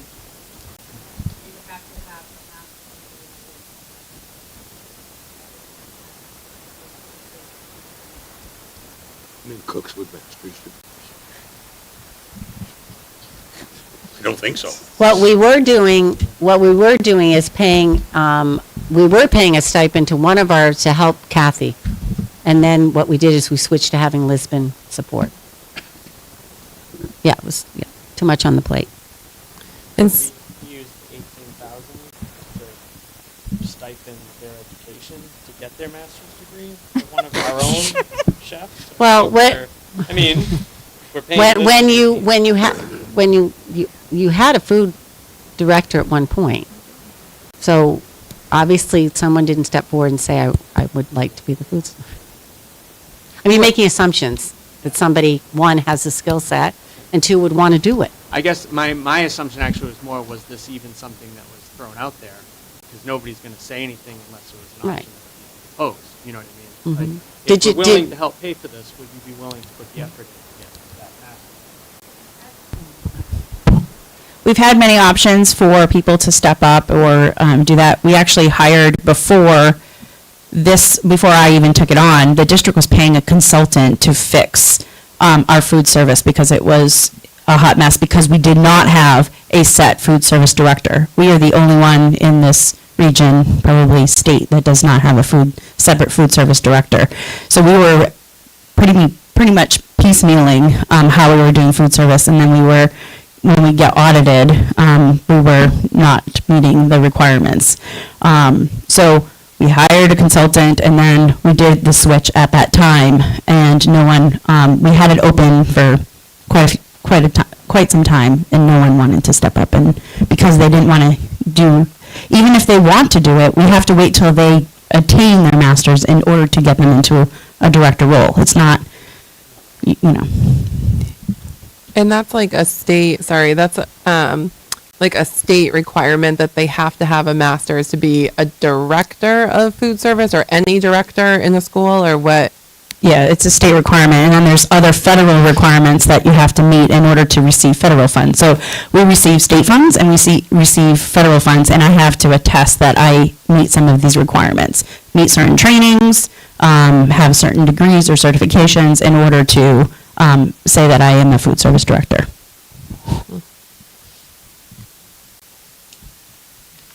So are we able to cut Lisbon out of this? We're going to work towards that. We're going to see. You know, I may come back and say this isn't working. I mean, we're going to attempt it. Yeah. I'm really shocked this hasn't come up at all. But the director of transportation, would part of their requirement be to be certified bus driver? I think it's a major challenge. Jonathan will say he's on a transportation listserv, okay? And those who are driving as directors are extremely stressed. You will also notice which we haven't come forward with, I think most of the districts on either side have support for that department. So a lot of the directors who drive also have an administrative assistant back at the office to help support. Because if the director is driving, the director is not doing anything but driving. And it would be a huge challenge. So to say that somebody might say, I'll get my license, but it would be the absolute last resort. So we've protected the trip coordinator to somewhat not having the license, because if she had the license, she'd be on the bus every day driving. Right now, she does drive vans when necessary, She was on the bus helping the sub driver learn the purple run. So she does do that when she has to. But if you start saying, well, every time a bus is down, then the person's not going to be able to do their job. I just want to make it clear. Yeah, that- so I don't think we should say it's absolute requirement. If somebody came and wants to be director and had a license, we wouldn't say no. And the person in the position as CHIP coordinator, has been made aware that this is a possible change, and obviously will be working towards whether that would be something of a match.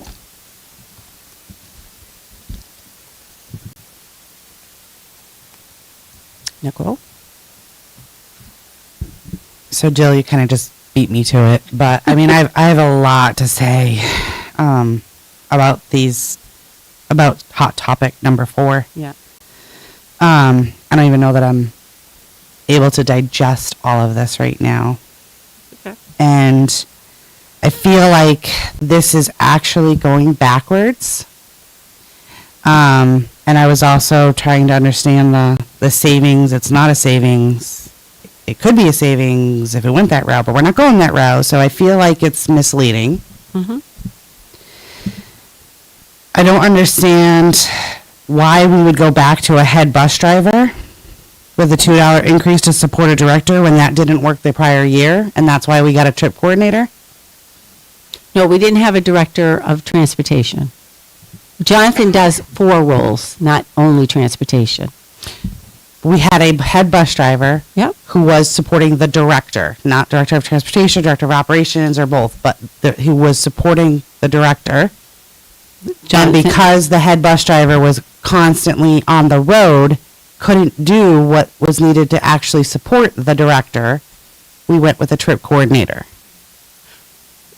But because Jonathan wears 4 hats, so that head bus driver had a lot more responsibility than because he wears 4 hats. So this position, only wearing one hat, will be able to do what needed to be done, and the head bus driver won't be out Correct. doing all Yeah. what they couldn't do the first time, the year before. Right. They're more of a, when we talked about the head bus driver, they would be more on monitoring the radios when the director could not, the director of transportation could not, and be the connection between the drivers and the director of operations. We have not had a director of transportation. I didn't say we did, Katie. I know that it's Oh, not okay. a director of transportation. Okay. I said director. I was being very general on purpose. I'm just trying to understand Yeah. why we think Yeah. that removing the trip coordinator and now going back to the head bus driver is the right path. Mm-hmm. And if it's because this director of transportation that doesn't exist today, because we don't have one, not in that title, operations, Director of operations. it's under the operations Yes. definition, Correct. but is not a director of transportation Correct. title. Correct. So I'm just trying to understand how Mm-hmm. going back to that is what's going to help us succeed when the head bus driver didn't like that role because they couldn't do both. They had to drive and do. I just want to make sure that we're not going backwards Yep. just to say this position now only has 3 hats, but they actually no, they're having 4 because now we're taking transportation away, but we're adding food services. When I hear that this person's position is already too full for their plate is already too full, so I'm not really sure that taking away transportation but adding food services is the answer. I'm just trying to figure out, is this really even an option? It just doesn't seem to make a whole lot of sense when we know that the facilities and the maintenance already takes up way too much time, or all 4 combined. They're still going to have 4 hats. That role is still going to have 4 hats. So what exactly are we saving there? And I'll be quiet in just one more second. I just want to get more information about the bus aid, and I'll pass it to you, Doug. I want to get more information about the bus aid. I don't understand why it has to be full-time. If you could help explain that to us, like where this 41 comes from. I know that it's going to be about benefits and everything, but is there a part-time option?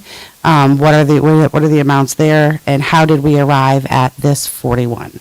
Because I think bus aids might still be helpful, given what I keep hearing about the buses. It's not just my one bus that my children take.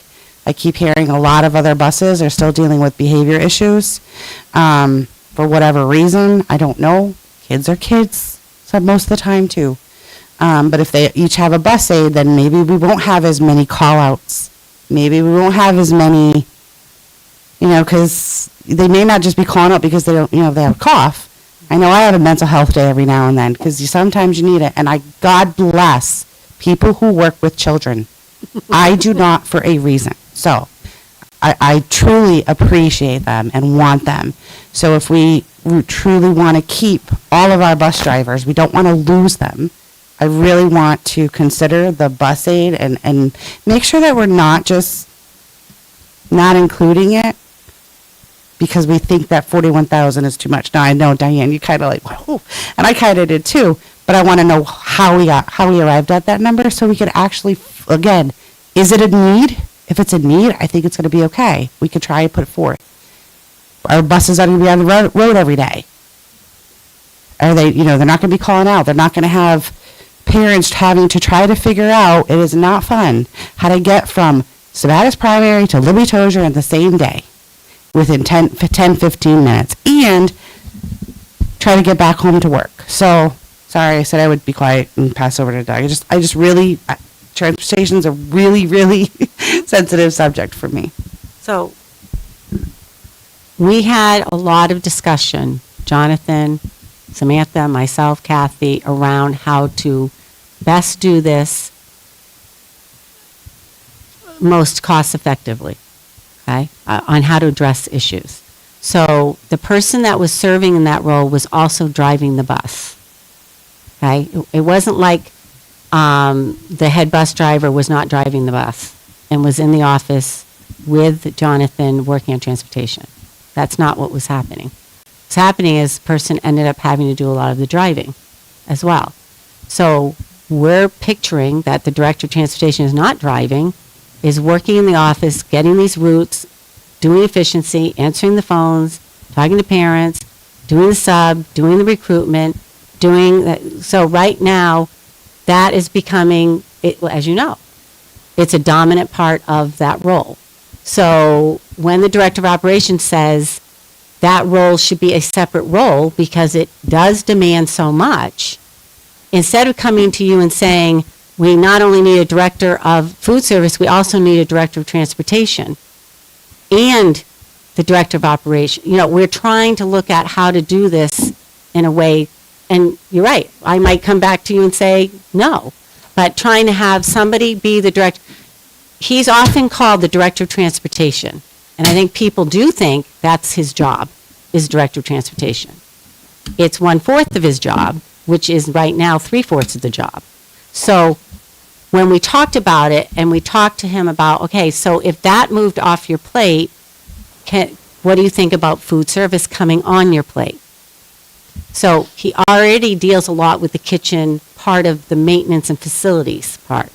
Then he would pick up the personnel, and then he'd pick up the things with reports. But he would have support from Lisbon still, which is what Kathy has. So I have to rely on the people who are doing the jobs to say, this is what I believe I can manage better than this. And so that's how we came to it. The bus aid amount. And you want to explain the bus aid? So at this point, the bus aid isn't in a collective bargaining agreement. It was previously, so the position used to be in the support staff CBA. So we didn't have a defined dollar per hour amount that we were working off of, but what we based it off of was number of school days, right? So our support staff, folks who work school days. They also get the holidays within that, parameter of the school year that they work. So it's a 190-day position, is how we drafted it. We used a comparable, like an entry-level ed tech hourly wage for that. And then we also included benefits package like the ES. So we modeled it after the CBA that it did belong in at one point if it were to move back into there to cost it out. And positions like that can be part-time, but we put it in as full-time, assuming that was what was wanted.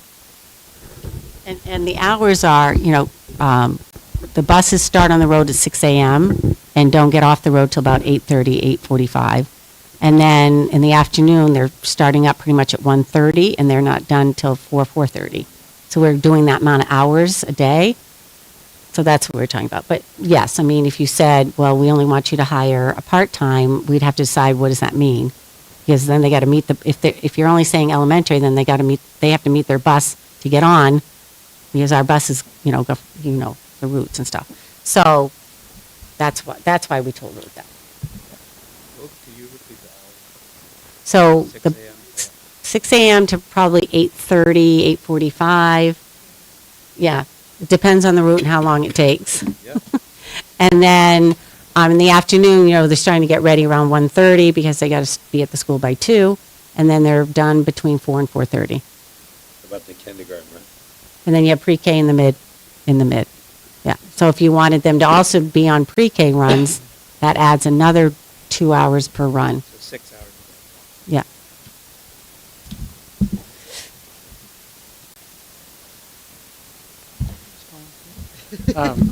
So, I mean, I feel like John is the other, junk drawer of with all these things. I mean, I know we're just more for the approval, and you guys are the brainstormers, but has the idea come out for maybe a food service director and a title grant director position, having those two be combined, kind of cleaning the junk drawer from two people? And I know we'd be creating a new position, but in my mind, it seems like that would increase way more time for grant writing. And you said that food service director position would be covered with funds, not the food service. Yeah. No, the Title I. The Title I grant director. So now we would have a food service person that could be partially paid for with the responsibilities of title director. And a lot of the grants that I heard written some of them were food service related. Yeah. And it also, as came up before, Laura mentioned, is the local sourcing of produce. If we had a food service director, in theory, they could help to decrease our costs, right? If we right, that's very unique. It's just very unique to put that out there and get applicants. Yeah, it would definitely take a unique person. Yes, it would be unique. Because a Title I person usually has their curriculum director certificate. I don't know many who do both of those. Zero. I mean, you see most departments have a facilities operations director, transportation director, and a food service director. Well, I mean, like John, if John left, God forbid, are we going to be able to hire a maintenance, facilities, food service, emergency plan director? Is that, I mean, if we're being technical, unique is the name of the game that we play here. It is unique. And if people leave that are willing to take on, I mean, Kathy's role, you had 3 different hats. If you left, you would have the hardest time trying to get somebody. Well, can you do all of the above? Yeah. So I guess for me, it's just with kids in the school, food actually becomes kind of a hot topic for me. We all have our hot topic buttons. And I kind of, there's a lot of things in the budget that I would get yelled at for approving, but I think I would have a fine time approving a food service director if it meant that the quality of the food was going to actually improve and the quality of, not saying and not knocking the food, saying if we could bring it up to.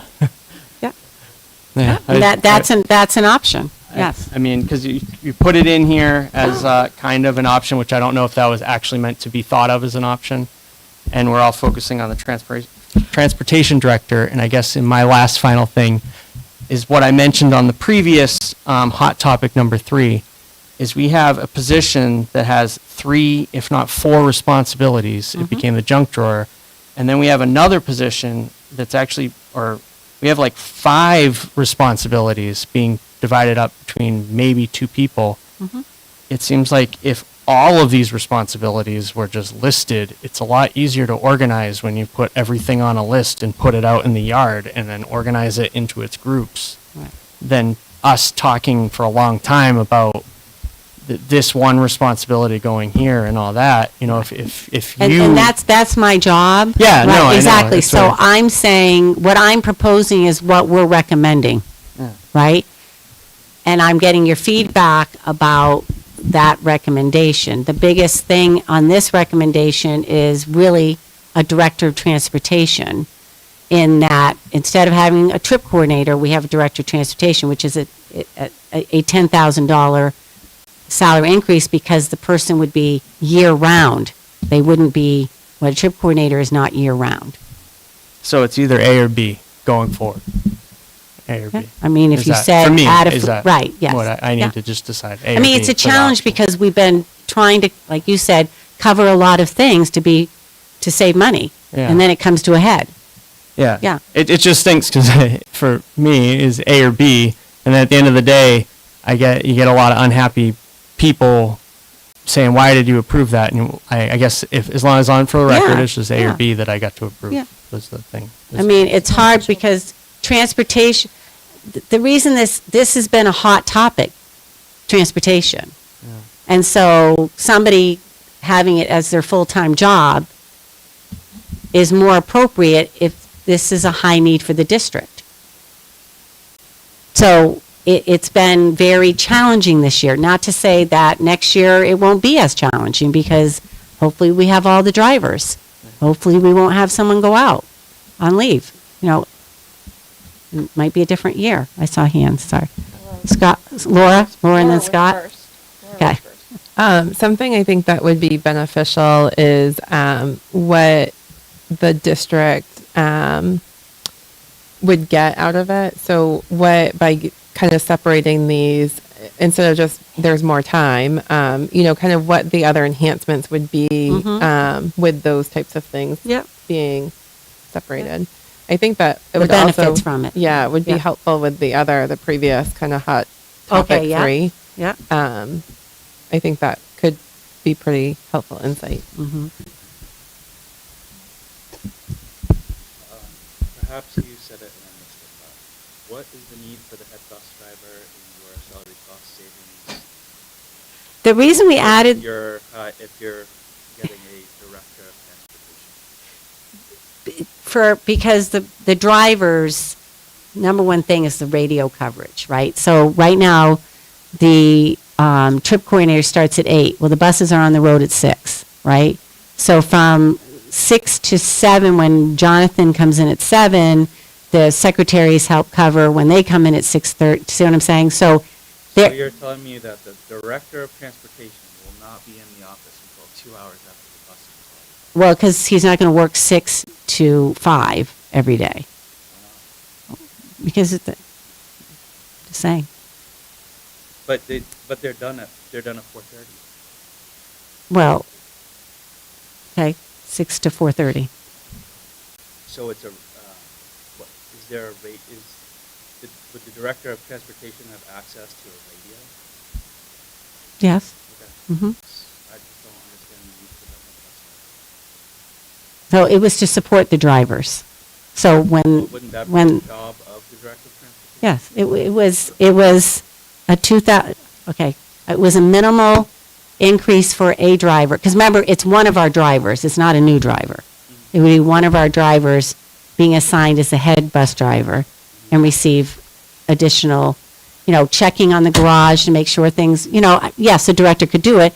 This was, the drivers, this has been a hot topic with the drivers. What are the hours per day expectation of the director of transportation? If we had 8 one, a.m. start time. we'd have to talk about What what are the they hours of the feel. trip coordinator? right now is 8 to 4:30.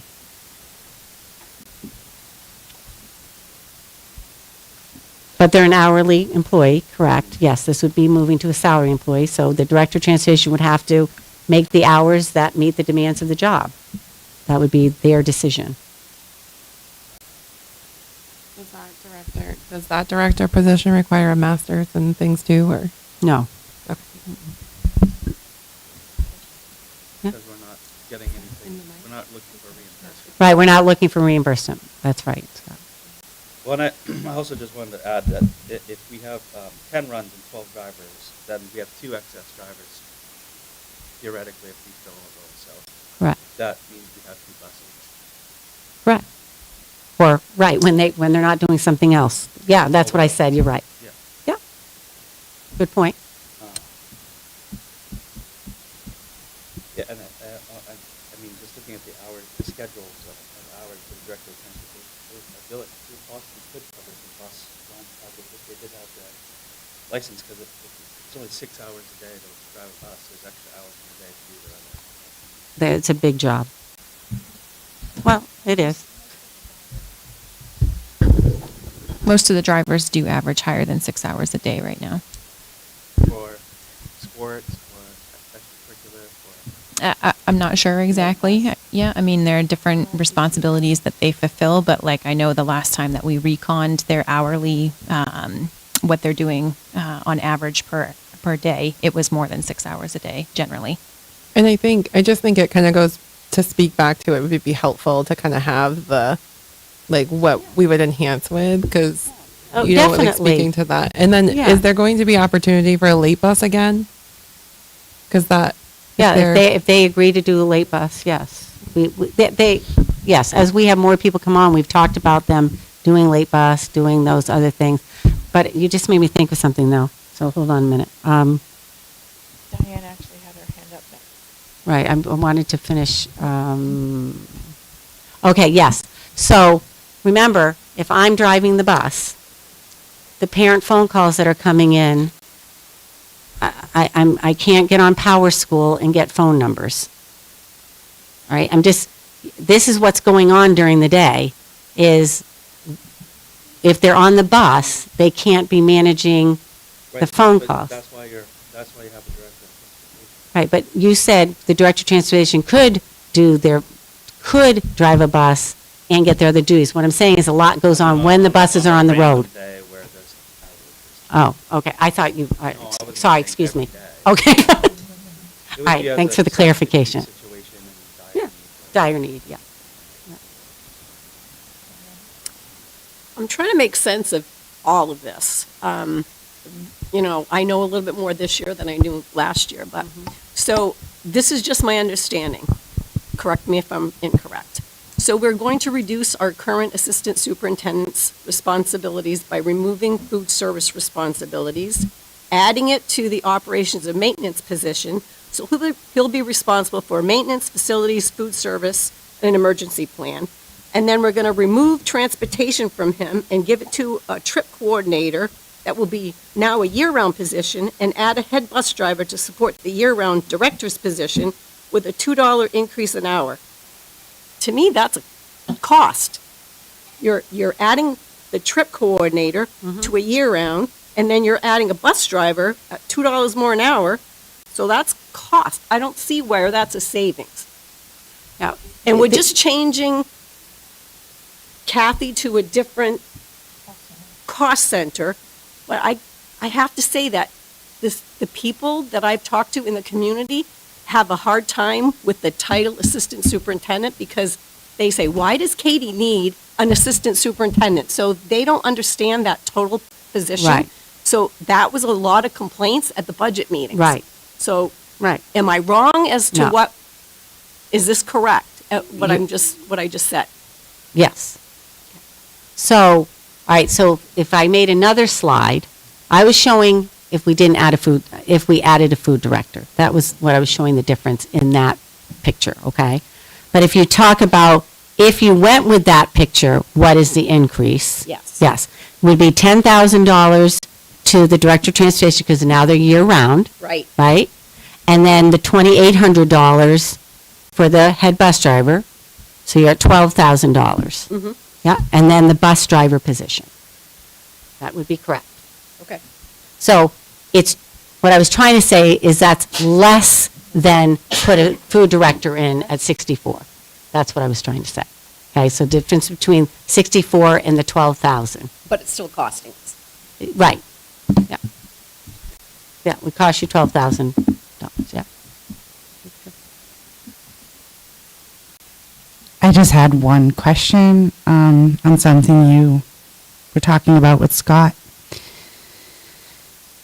You said that one of our current bus drivers would be the one that would go into the head bus driver role and get that $2 promotion increase, bonus, raise, whatever. Yeah. And then this addition of the bus driver, is that to take that person's? No, no. So No. I get really confused when we kind of like shift, but not really. And it's kind of like what Diane was just going through, like we're Yeah. shifting, but we're not really. So if we're adding a bus driver position. Correct. That gives us 10 runs and 12 drivers. Where does the head bus driver fall in that 10 or 12? One of them. Number 11 or 12. Or 9 or 10. So that head bus driver could actually be on the road. Yes. Not helping, which is what the position's for. Right, they're there to help the drivers. Like, the drivers are on the radio all the time talking about different things, so Right. that person would support them. But if the director of transportation can't be on the radio because they're driving, how could the head bus driver be driving but be on the radio to help the drivers? No, they can't make phone calls, so the head driver isn't going to be taking the parent phone calls. Okay, The so things it's that just come into the Okay, so office. it's just the parent phone calls, which you probably won't get if we're fully staffed, have bus aides and 2 subs.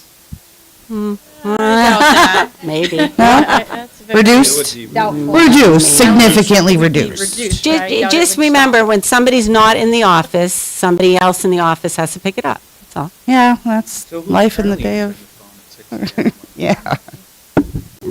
If they are an emergency, from 6 to 6:30, they call me or they call Jonathan. We're on call for if they have something they're talking to. I work 12-hour days. And they probably get overtime. But that's Compared not to make it us, okay, though. There's not always Compared to our somebody bus there drivers. to answer, because I had Right, parents, there are parents calling me, and it's like, they said, I've called the offices, there's nobody, and I've I know. contacted you that this is what's happening. So Exactly. it's very frustrating for Yeah. parents when they can't get someone to answer the phone when their child is still on a bus and not home yet. Exactly, yeah. So, No, we hear you. I just have one more question. Yeah. So the director of operations would take on the food service in this proposal, and they have their masters currently, or is that something they would have to get the food service too?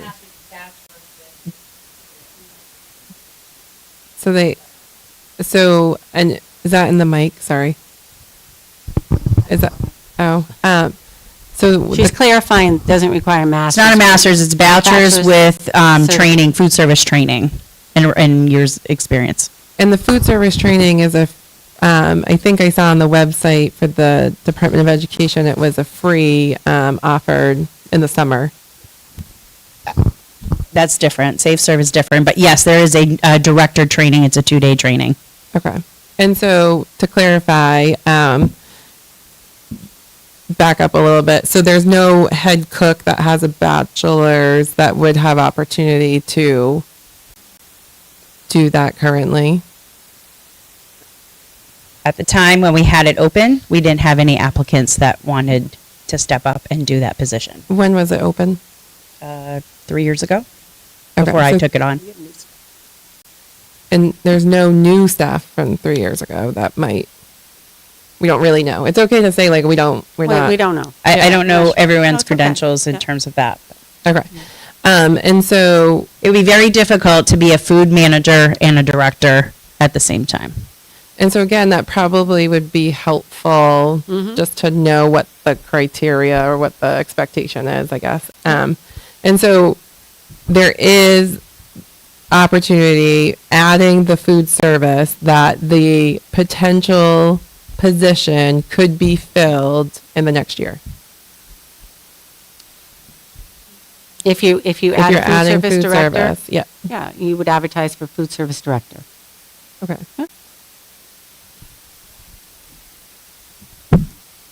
We'll just, okay. Yeah, yeah.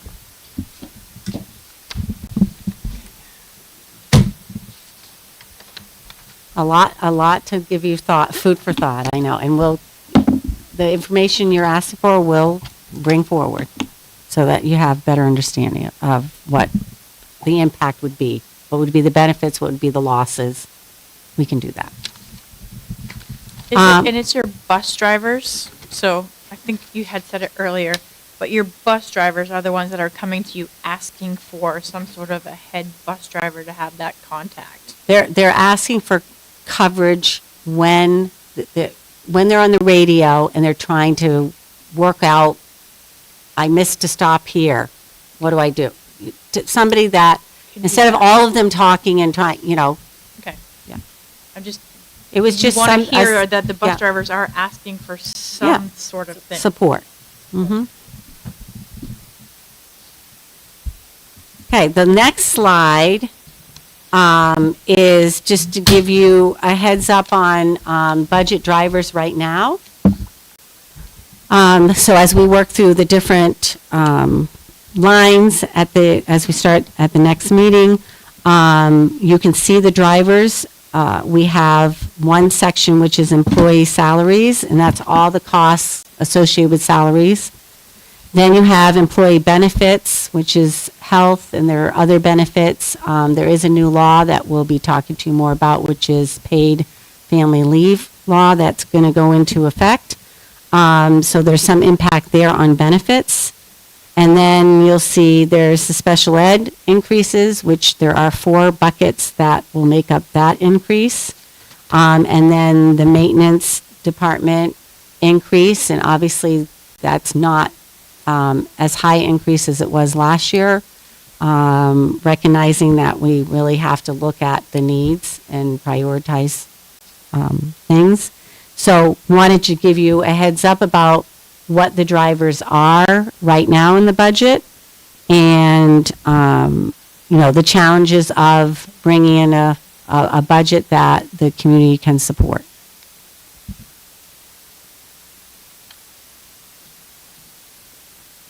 And we just started negotiations with their bargaining unit. So. Right.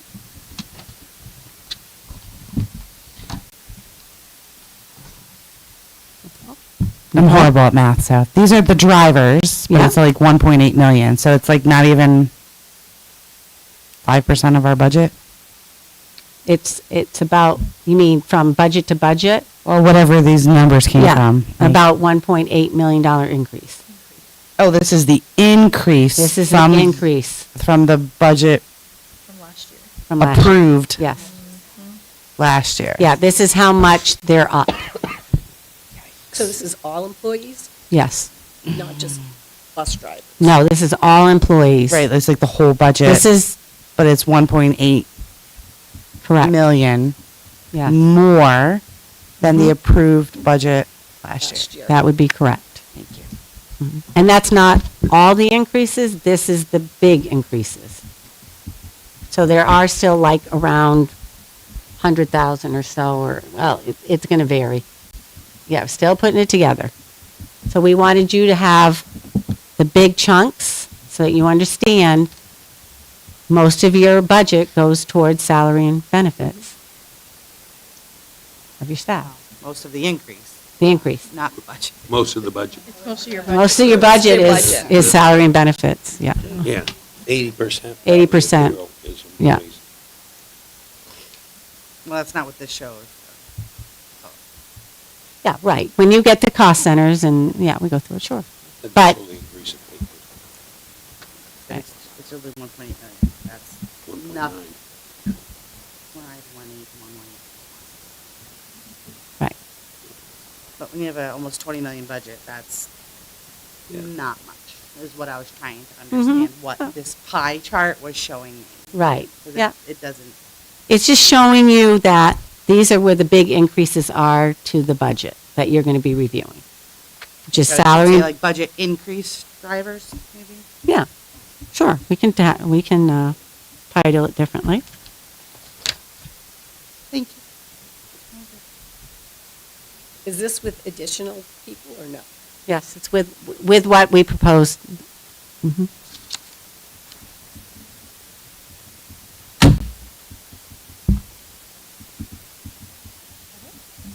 You feel like you've got everything you? Well, I mean, well, the next slide is our budget meetings. The budget meetings. I So, had something I wanted to say. yeah, go ahead. I guess to kind of recap and reading through what I understand that like administration of the schools and the coming up with the budget is the superintendent's position. And I guess as a school board member, my concern this coming year, having gone through last year, is that our budget didn't get passed for 3 rounds. And if I'm thinking about my goal at the beginning, is it's not so much I want a budget that's going to pass on the first go, it's that I don't want just the school board to be wanting a budget, to be voting. I want the community to feel like they're involved in wanting to get this budget. And I think that a lot of what I'm seeing with this, I guess,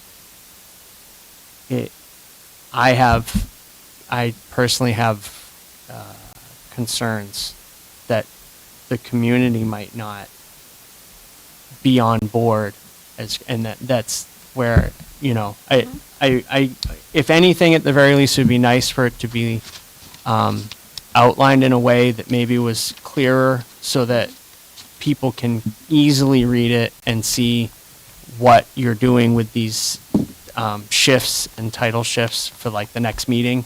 Yeah. If there was something like that, just with it. Yep. So that it's easier to Understand. have an open, dialogue with the community and everything. With, this is what's going on, and here's how things are being. Because on just looking at this, I think a lot of us kind of just think no change, just things being shifted around. I know there is a change, but it just looks like shifting. Yeah, we can work on that. So I guess when you go to write it up, like with that in mind, just, here's where there will actually be a savings, or here's that kind of thing. Yeah, be clear on that. Yeah. And change, we're going to talk about, we can shift some of the slides so they're clearer. Yeah. You know what I mean? Yes, I do just so know. that I do the know. casual observer Yeah. can read something and they're very clear, oh, okay, I get what's going on. I understand what what's going, transitioning or something. Right. Because the purpose was to bring topics so that I heard, and I think we heard, a big push around the assistant superintendent position. So we're making a proposal here. If you don't agree with the proposal, that's part of the discussion around that, right? And there was a big discussion on teachers in, teachers out, teachers in. Well, we have to continue on the discussion on that. Transportation's been a hot topic, so we're trying to address that. And then we have the food service dilemma that's still going on. Do you know what I mean? So this night was really a dialogue with us around things that we heard throughout last year's budget that, for me, I didn't want it to be at the 9th hour that something is said that we could have been addressing earlier. So that was part of getting a sense of, we're not going to support that, or yes, we would support that. Yes, we hear why you're doing that.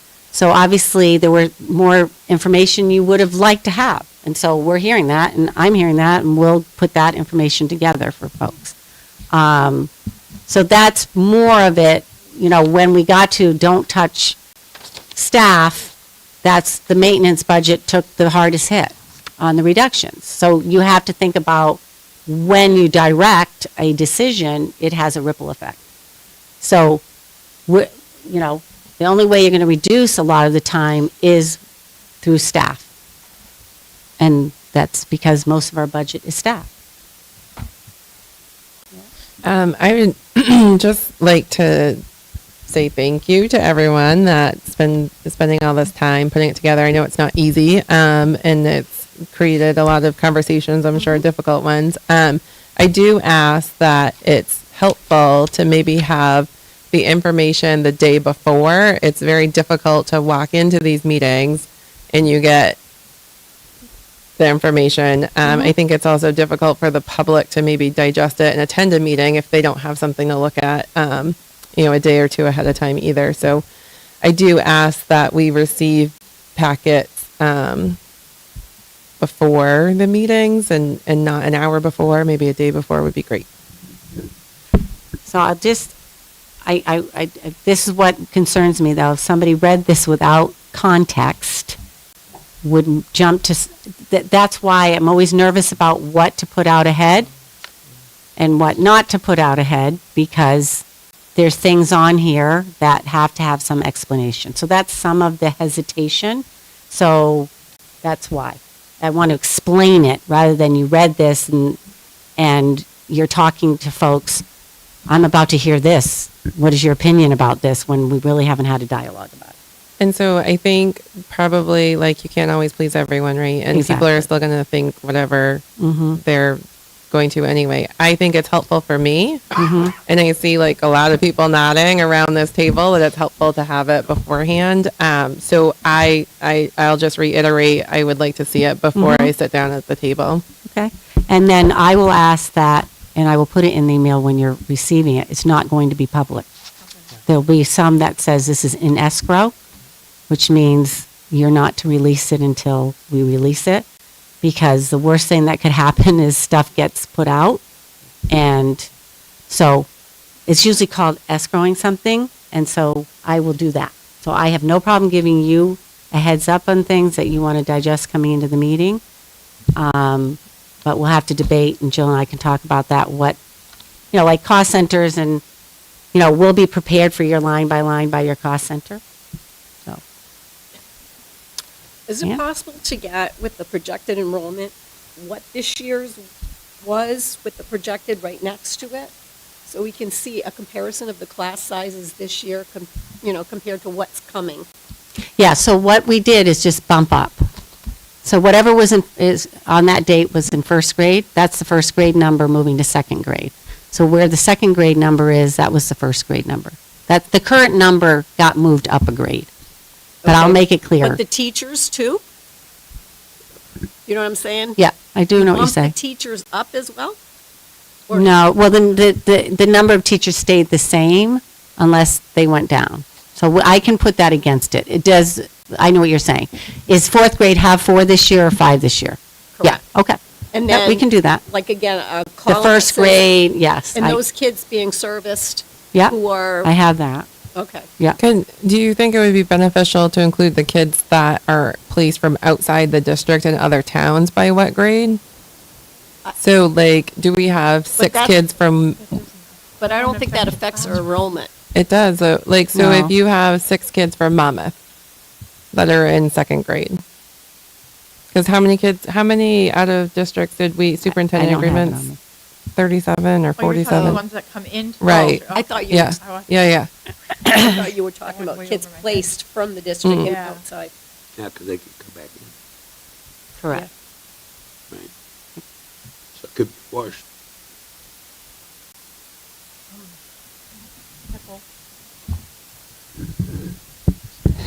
Just to wrap up my comments, and, like you said, you're trying to get our feedback. Yeah, that's good. I do appreciate the hot topics that you brought forth tonight. It does show that you are listening, remembering, digesting, processing, all that. You're not just ignoring. I will say that I am concerned that we have an increase. However, I don't have the line by lines, and I'm really hoping that we have some decreases in other areas so that our increase is not just inflating us more than, what we already were at. And I was trying to, make sure that we were still being fiscally responsible. And that was my message last year. And that's a lot of the the messages I hear in the community. Like, we want to make sure that we're spending our money wisely. So if we're increasing at least 1.8 million, that we have cut somewhere else so that it's not an increase on top of already spending something else. So there is a little bit of overlap with the increase. And that's what I'm hoping to see. I echo Laura's comments because I kind of need that information ahead of time. I know that there's a lot of reiteration about our role, your role. And when you read our policy, it is the board's policy to develop the budget. So I don't know if we're getting into semantics here, but obviously you are the qualified personnel to do that. I could never come at you with a number and expect you to work within it because I have no clue without having those actuals and what is included in those line items. So when we get to those cost centers, I want to make sure that we have the actuals ahead of time. Yep. And the other ask I have for that is, because we heard a lot last year about that's non-negotiable. So what's under a contract, what's under lease, what can't be changed, I think is important so that we don't waste our time talking about certain things. And if it's non-negotiable by way of law, right? So not because somebody doesn't want to step up to the plate or it's impossible or we don't get a candidate, right? What's truly non-negotiable, so that we could just discount it altogether, not really focus on those items. Those are my two asks. Thank you. And could I add to spin off of that? When we're going line by line, I would like to see it really drilled down. For instance, when you're covering stipends, not just X dollar for stipends, like let's drill down each category and what we're paying for every single one of those. Or when you're talking about the maintenance budget for the building, tractor leases, all these different categories, so we can really see every single piece of it. I want to add, I was We'll- reading. We'll do our best to meet your needs, but to share every detail of every moment of all that's there, it may take more time. We may have to delay things, but we'll do, what we have done this year is added more notes. I just feel like we're going to be looking for cuts. And, Right. I mean, some of the non-negotiables are the salary and benefits, right? I mean, those are contracts and non-negotiable. Correct. So you're really down to very few lines that can be played with, to a degree. But, and we'll look at those. But like stipends, that's negotiated. So, that, would you say you got to go back and cut 20 stipends? Then that would be. You'd have to cut programs to cut the stipends. Right. So, but. No football. So I think as we, See how that goes. I think what would be good is as we go, like you said, you get that earlier and you're looking through and you say, I think that would be helpful to us. If we're going to give it to you earlier, it would be nice to have some of the questions that you hope we're going to answer, not at the meeting say, do you have that? We don't have it. So we'll work together. We Like can, tonight. we'll just need more than 1 or 2 days then. Yeah, well, we're going to do our best. We'll do our best. I know Laura said 1 to 2. If you want our questions, Yeah. then we'll need a little bit. All I need is 1 to 2 days. 2 days, yeah. We'll work with you. We'll work with you. We want you to be as informed as you need to be. Doug? So I'm reading through again the school board thing, and just from my mindset going into this process, with helping to prepare and adopt an annual budget, although the actual preparation of the budget is delegated to the superintendent. Correct. It sounds like at the end of the day, I'm really just going to be approving the big picture number anyway, even though we all want to get caught up in all the little details.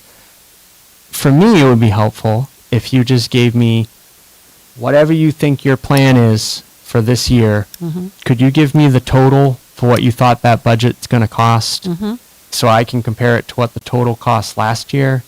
Mhm. And then if it's way out of whack, we could then pare areas down then instead of going through every area and trying to create the ultimate perfect budget. and then hope it lands. You know what I mean? Like working backwards would be helpful for me. So I guess could I have just, do you have Right, that which is already? what happened last year, which is when you said, No. we want to be Yeah. at 5% budget to budget, or was it tax to tax, or Yeah. whatever, right? And then I brought, because the team, we worked to give you priority lists Yeah. of where we thought there'd be reductions. Yeah. Remember, we went through all Yeah, of that? I remember all that. So, yes, we could take a different approach in that last year you said, please work to get in. So we worked hard to bring it in at 5. Yeah. There were reductions people didn't particularly like, and so they put it back in. But you had a potpourri of things to choose from to get to a number you felt comfortable with. So yes, that's your job, is to direct, how do you want it? It's because the plan is listening to this, we'll adjust some slides to bring you cost center 1 through 7 next time based on what we believe is a need. Or you say tonight, because you already know what it is somewhat, you know, because every percentage to go up from last year is about $216,000, right? So that's without any budget. And we're planning 5%. I don't know, no, we haven't gotten any direction. We haven't done any of that with that, We okay. built, right. Oh, last year, right. okay. Last year we went up 5, it's so many numbers. No, that I well, can't- you I ended can't up, remember it. we came. yes. Under a 2%, Yeah, it was right? Is- yeah. So. Are you also just asking, because like March 27th is kind of like after the cost centers and then the revenue and EPS. Are you asking for everything? I'm not asking for everything in, I just want the final number, if you have that, what you think your final number would be with the plan that you have in mind. Just so that if it is at 3%, and then now when we're talking about all these things and we're like, oh, we want to cut this and that'll save 50, but then if we add that, that adds 50, we're still at the 3%. You know what I mean? If I'm trying to balance my checkbook, I want to know what's the total number that I need to spend so that I know if I cut 50 here, I can put 50 in or whatever. Because I feel like we're going to go through every line item and then cut this and cut that, but then we can add this, but we don't know what our whole number is. I would work Right, there's different ways of better with the doing whole it. number. Right, from my perspective, I think it's our job as administrative team and so forth to get to what you feel you can support, Yeah. rather than us go line by line and board members say, well, can't you take $50 out of here? Exactly. Can't you take $100 out of here? Can't you, that to me is micromanaging. Yeah. Yeah. But I don't mind going line by line to inform, to have an understanding, to know what's in it. Right. Yeah. But, right, if you said come in at 5%, we have a huge job ahead of us. I mean, if you really nice would be like, here's what 2%, if we had 2% last year, here's 4, here's 6 or whatever, 5. And then you had these 3 kind of budgets that no, I don't need to, personally don't need to know every single detail at that moment this early in the game, but just at least having like if you did, because we have an A or B option, Right. if you did your ideal option that you were telling us on this, Right. what would the ultimate number come out at? And I feel like that's an important thing to always have like up on the wall. This is the ultimate number. Like a tally. Yeah, tally. because that's at the end of the day, that's all we're doing is approving this ultimate number, right? And then That's not the true. public That's not gets how it. it's supposed to work. Right. That's your interpretation. The process is they propose a budget that they say they need to the school board. Yeah. The school board reviews that and reviews it. Right. We've always reviewed it line by line. Oh, no, I'm not saying not to skip that. I'm saying to start with the and- whole budget number. Because what we're looking at, review it line by line and agree that those things are needed. Yeah. Things that we think can be reduced, then we ask to reduce them. All right? The key here is to look at the expenditure side and justify that everything that's in there is what you need before you look at bottom numbers. All right? So now you said, I've justified we need all these things. Then you get to the next sections, which are what kind of revenue are we going to get in from the state and other places? And then we come up with the net difference that we're going to have to raise. At that point, if that number is not acceptable, then it's a matter of saying, okay, we go back to the administration and say, this number is too big.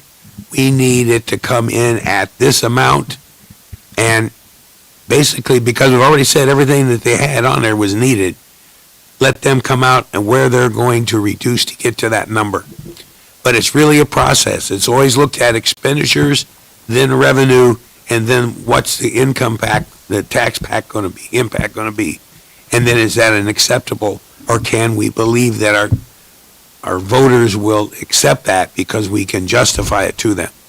So that's how it works. If you get the big number right now, you're just wasting your time because you don't know if you need anything or not.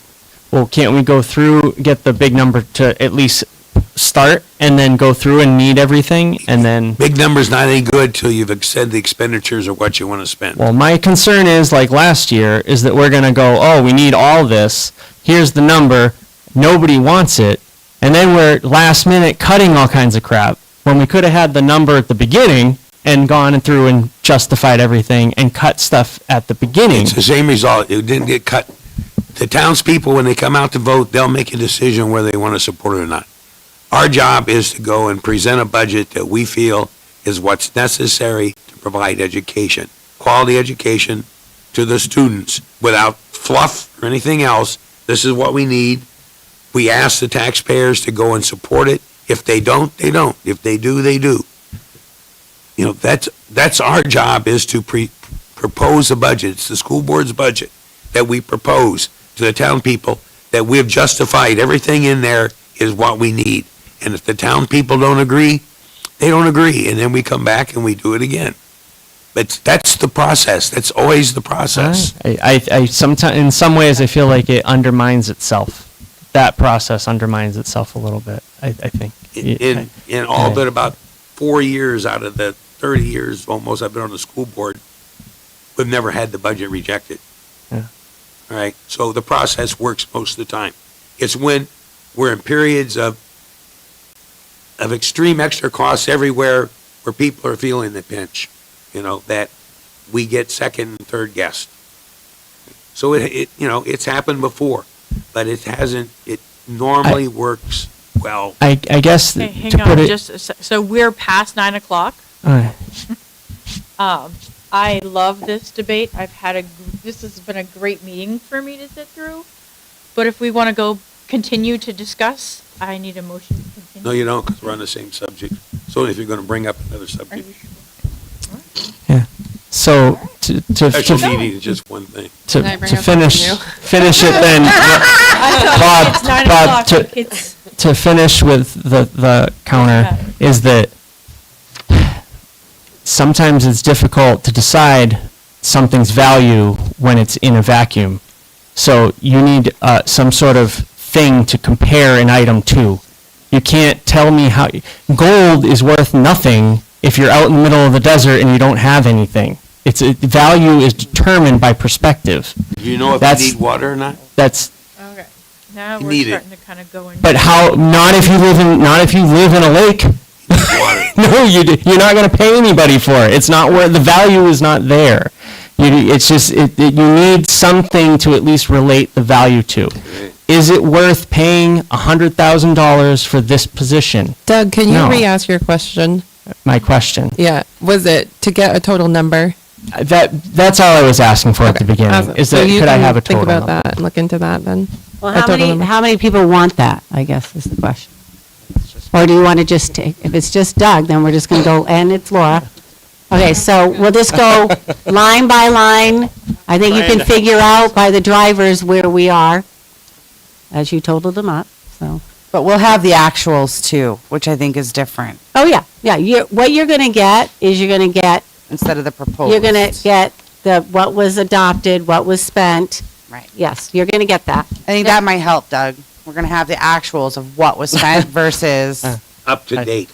Correct. Yes, I just want to Correct. make this process work instead of. I And- felt like and- last year and we be had a lot of confident trouble. We looked at the I don't know. actuals as well. I just- Yep. But we're going to go through it. No, No. we're No, getting gonna something add the- different. We're getting actuals. It's going to be completely Oh. different from what you We're in a guys different did topic, last year. is what you're saying. Yes, so it's different. So if you're all set, okay. If you think of anything, just send us an email. Okay. Good? Okay. Without any objection, I declare the meeting adjourned at 9:03.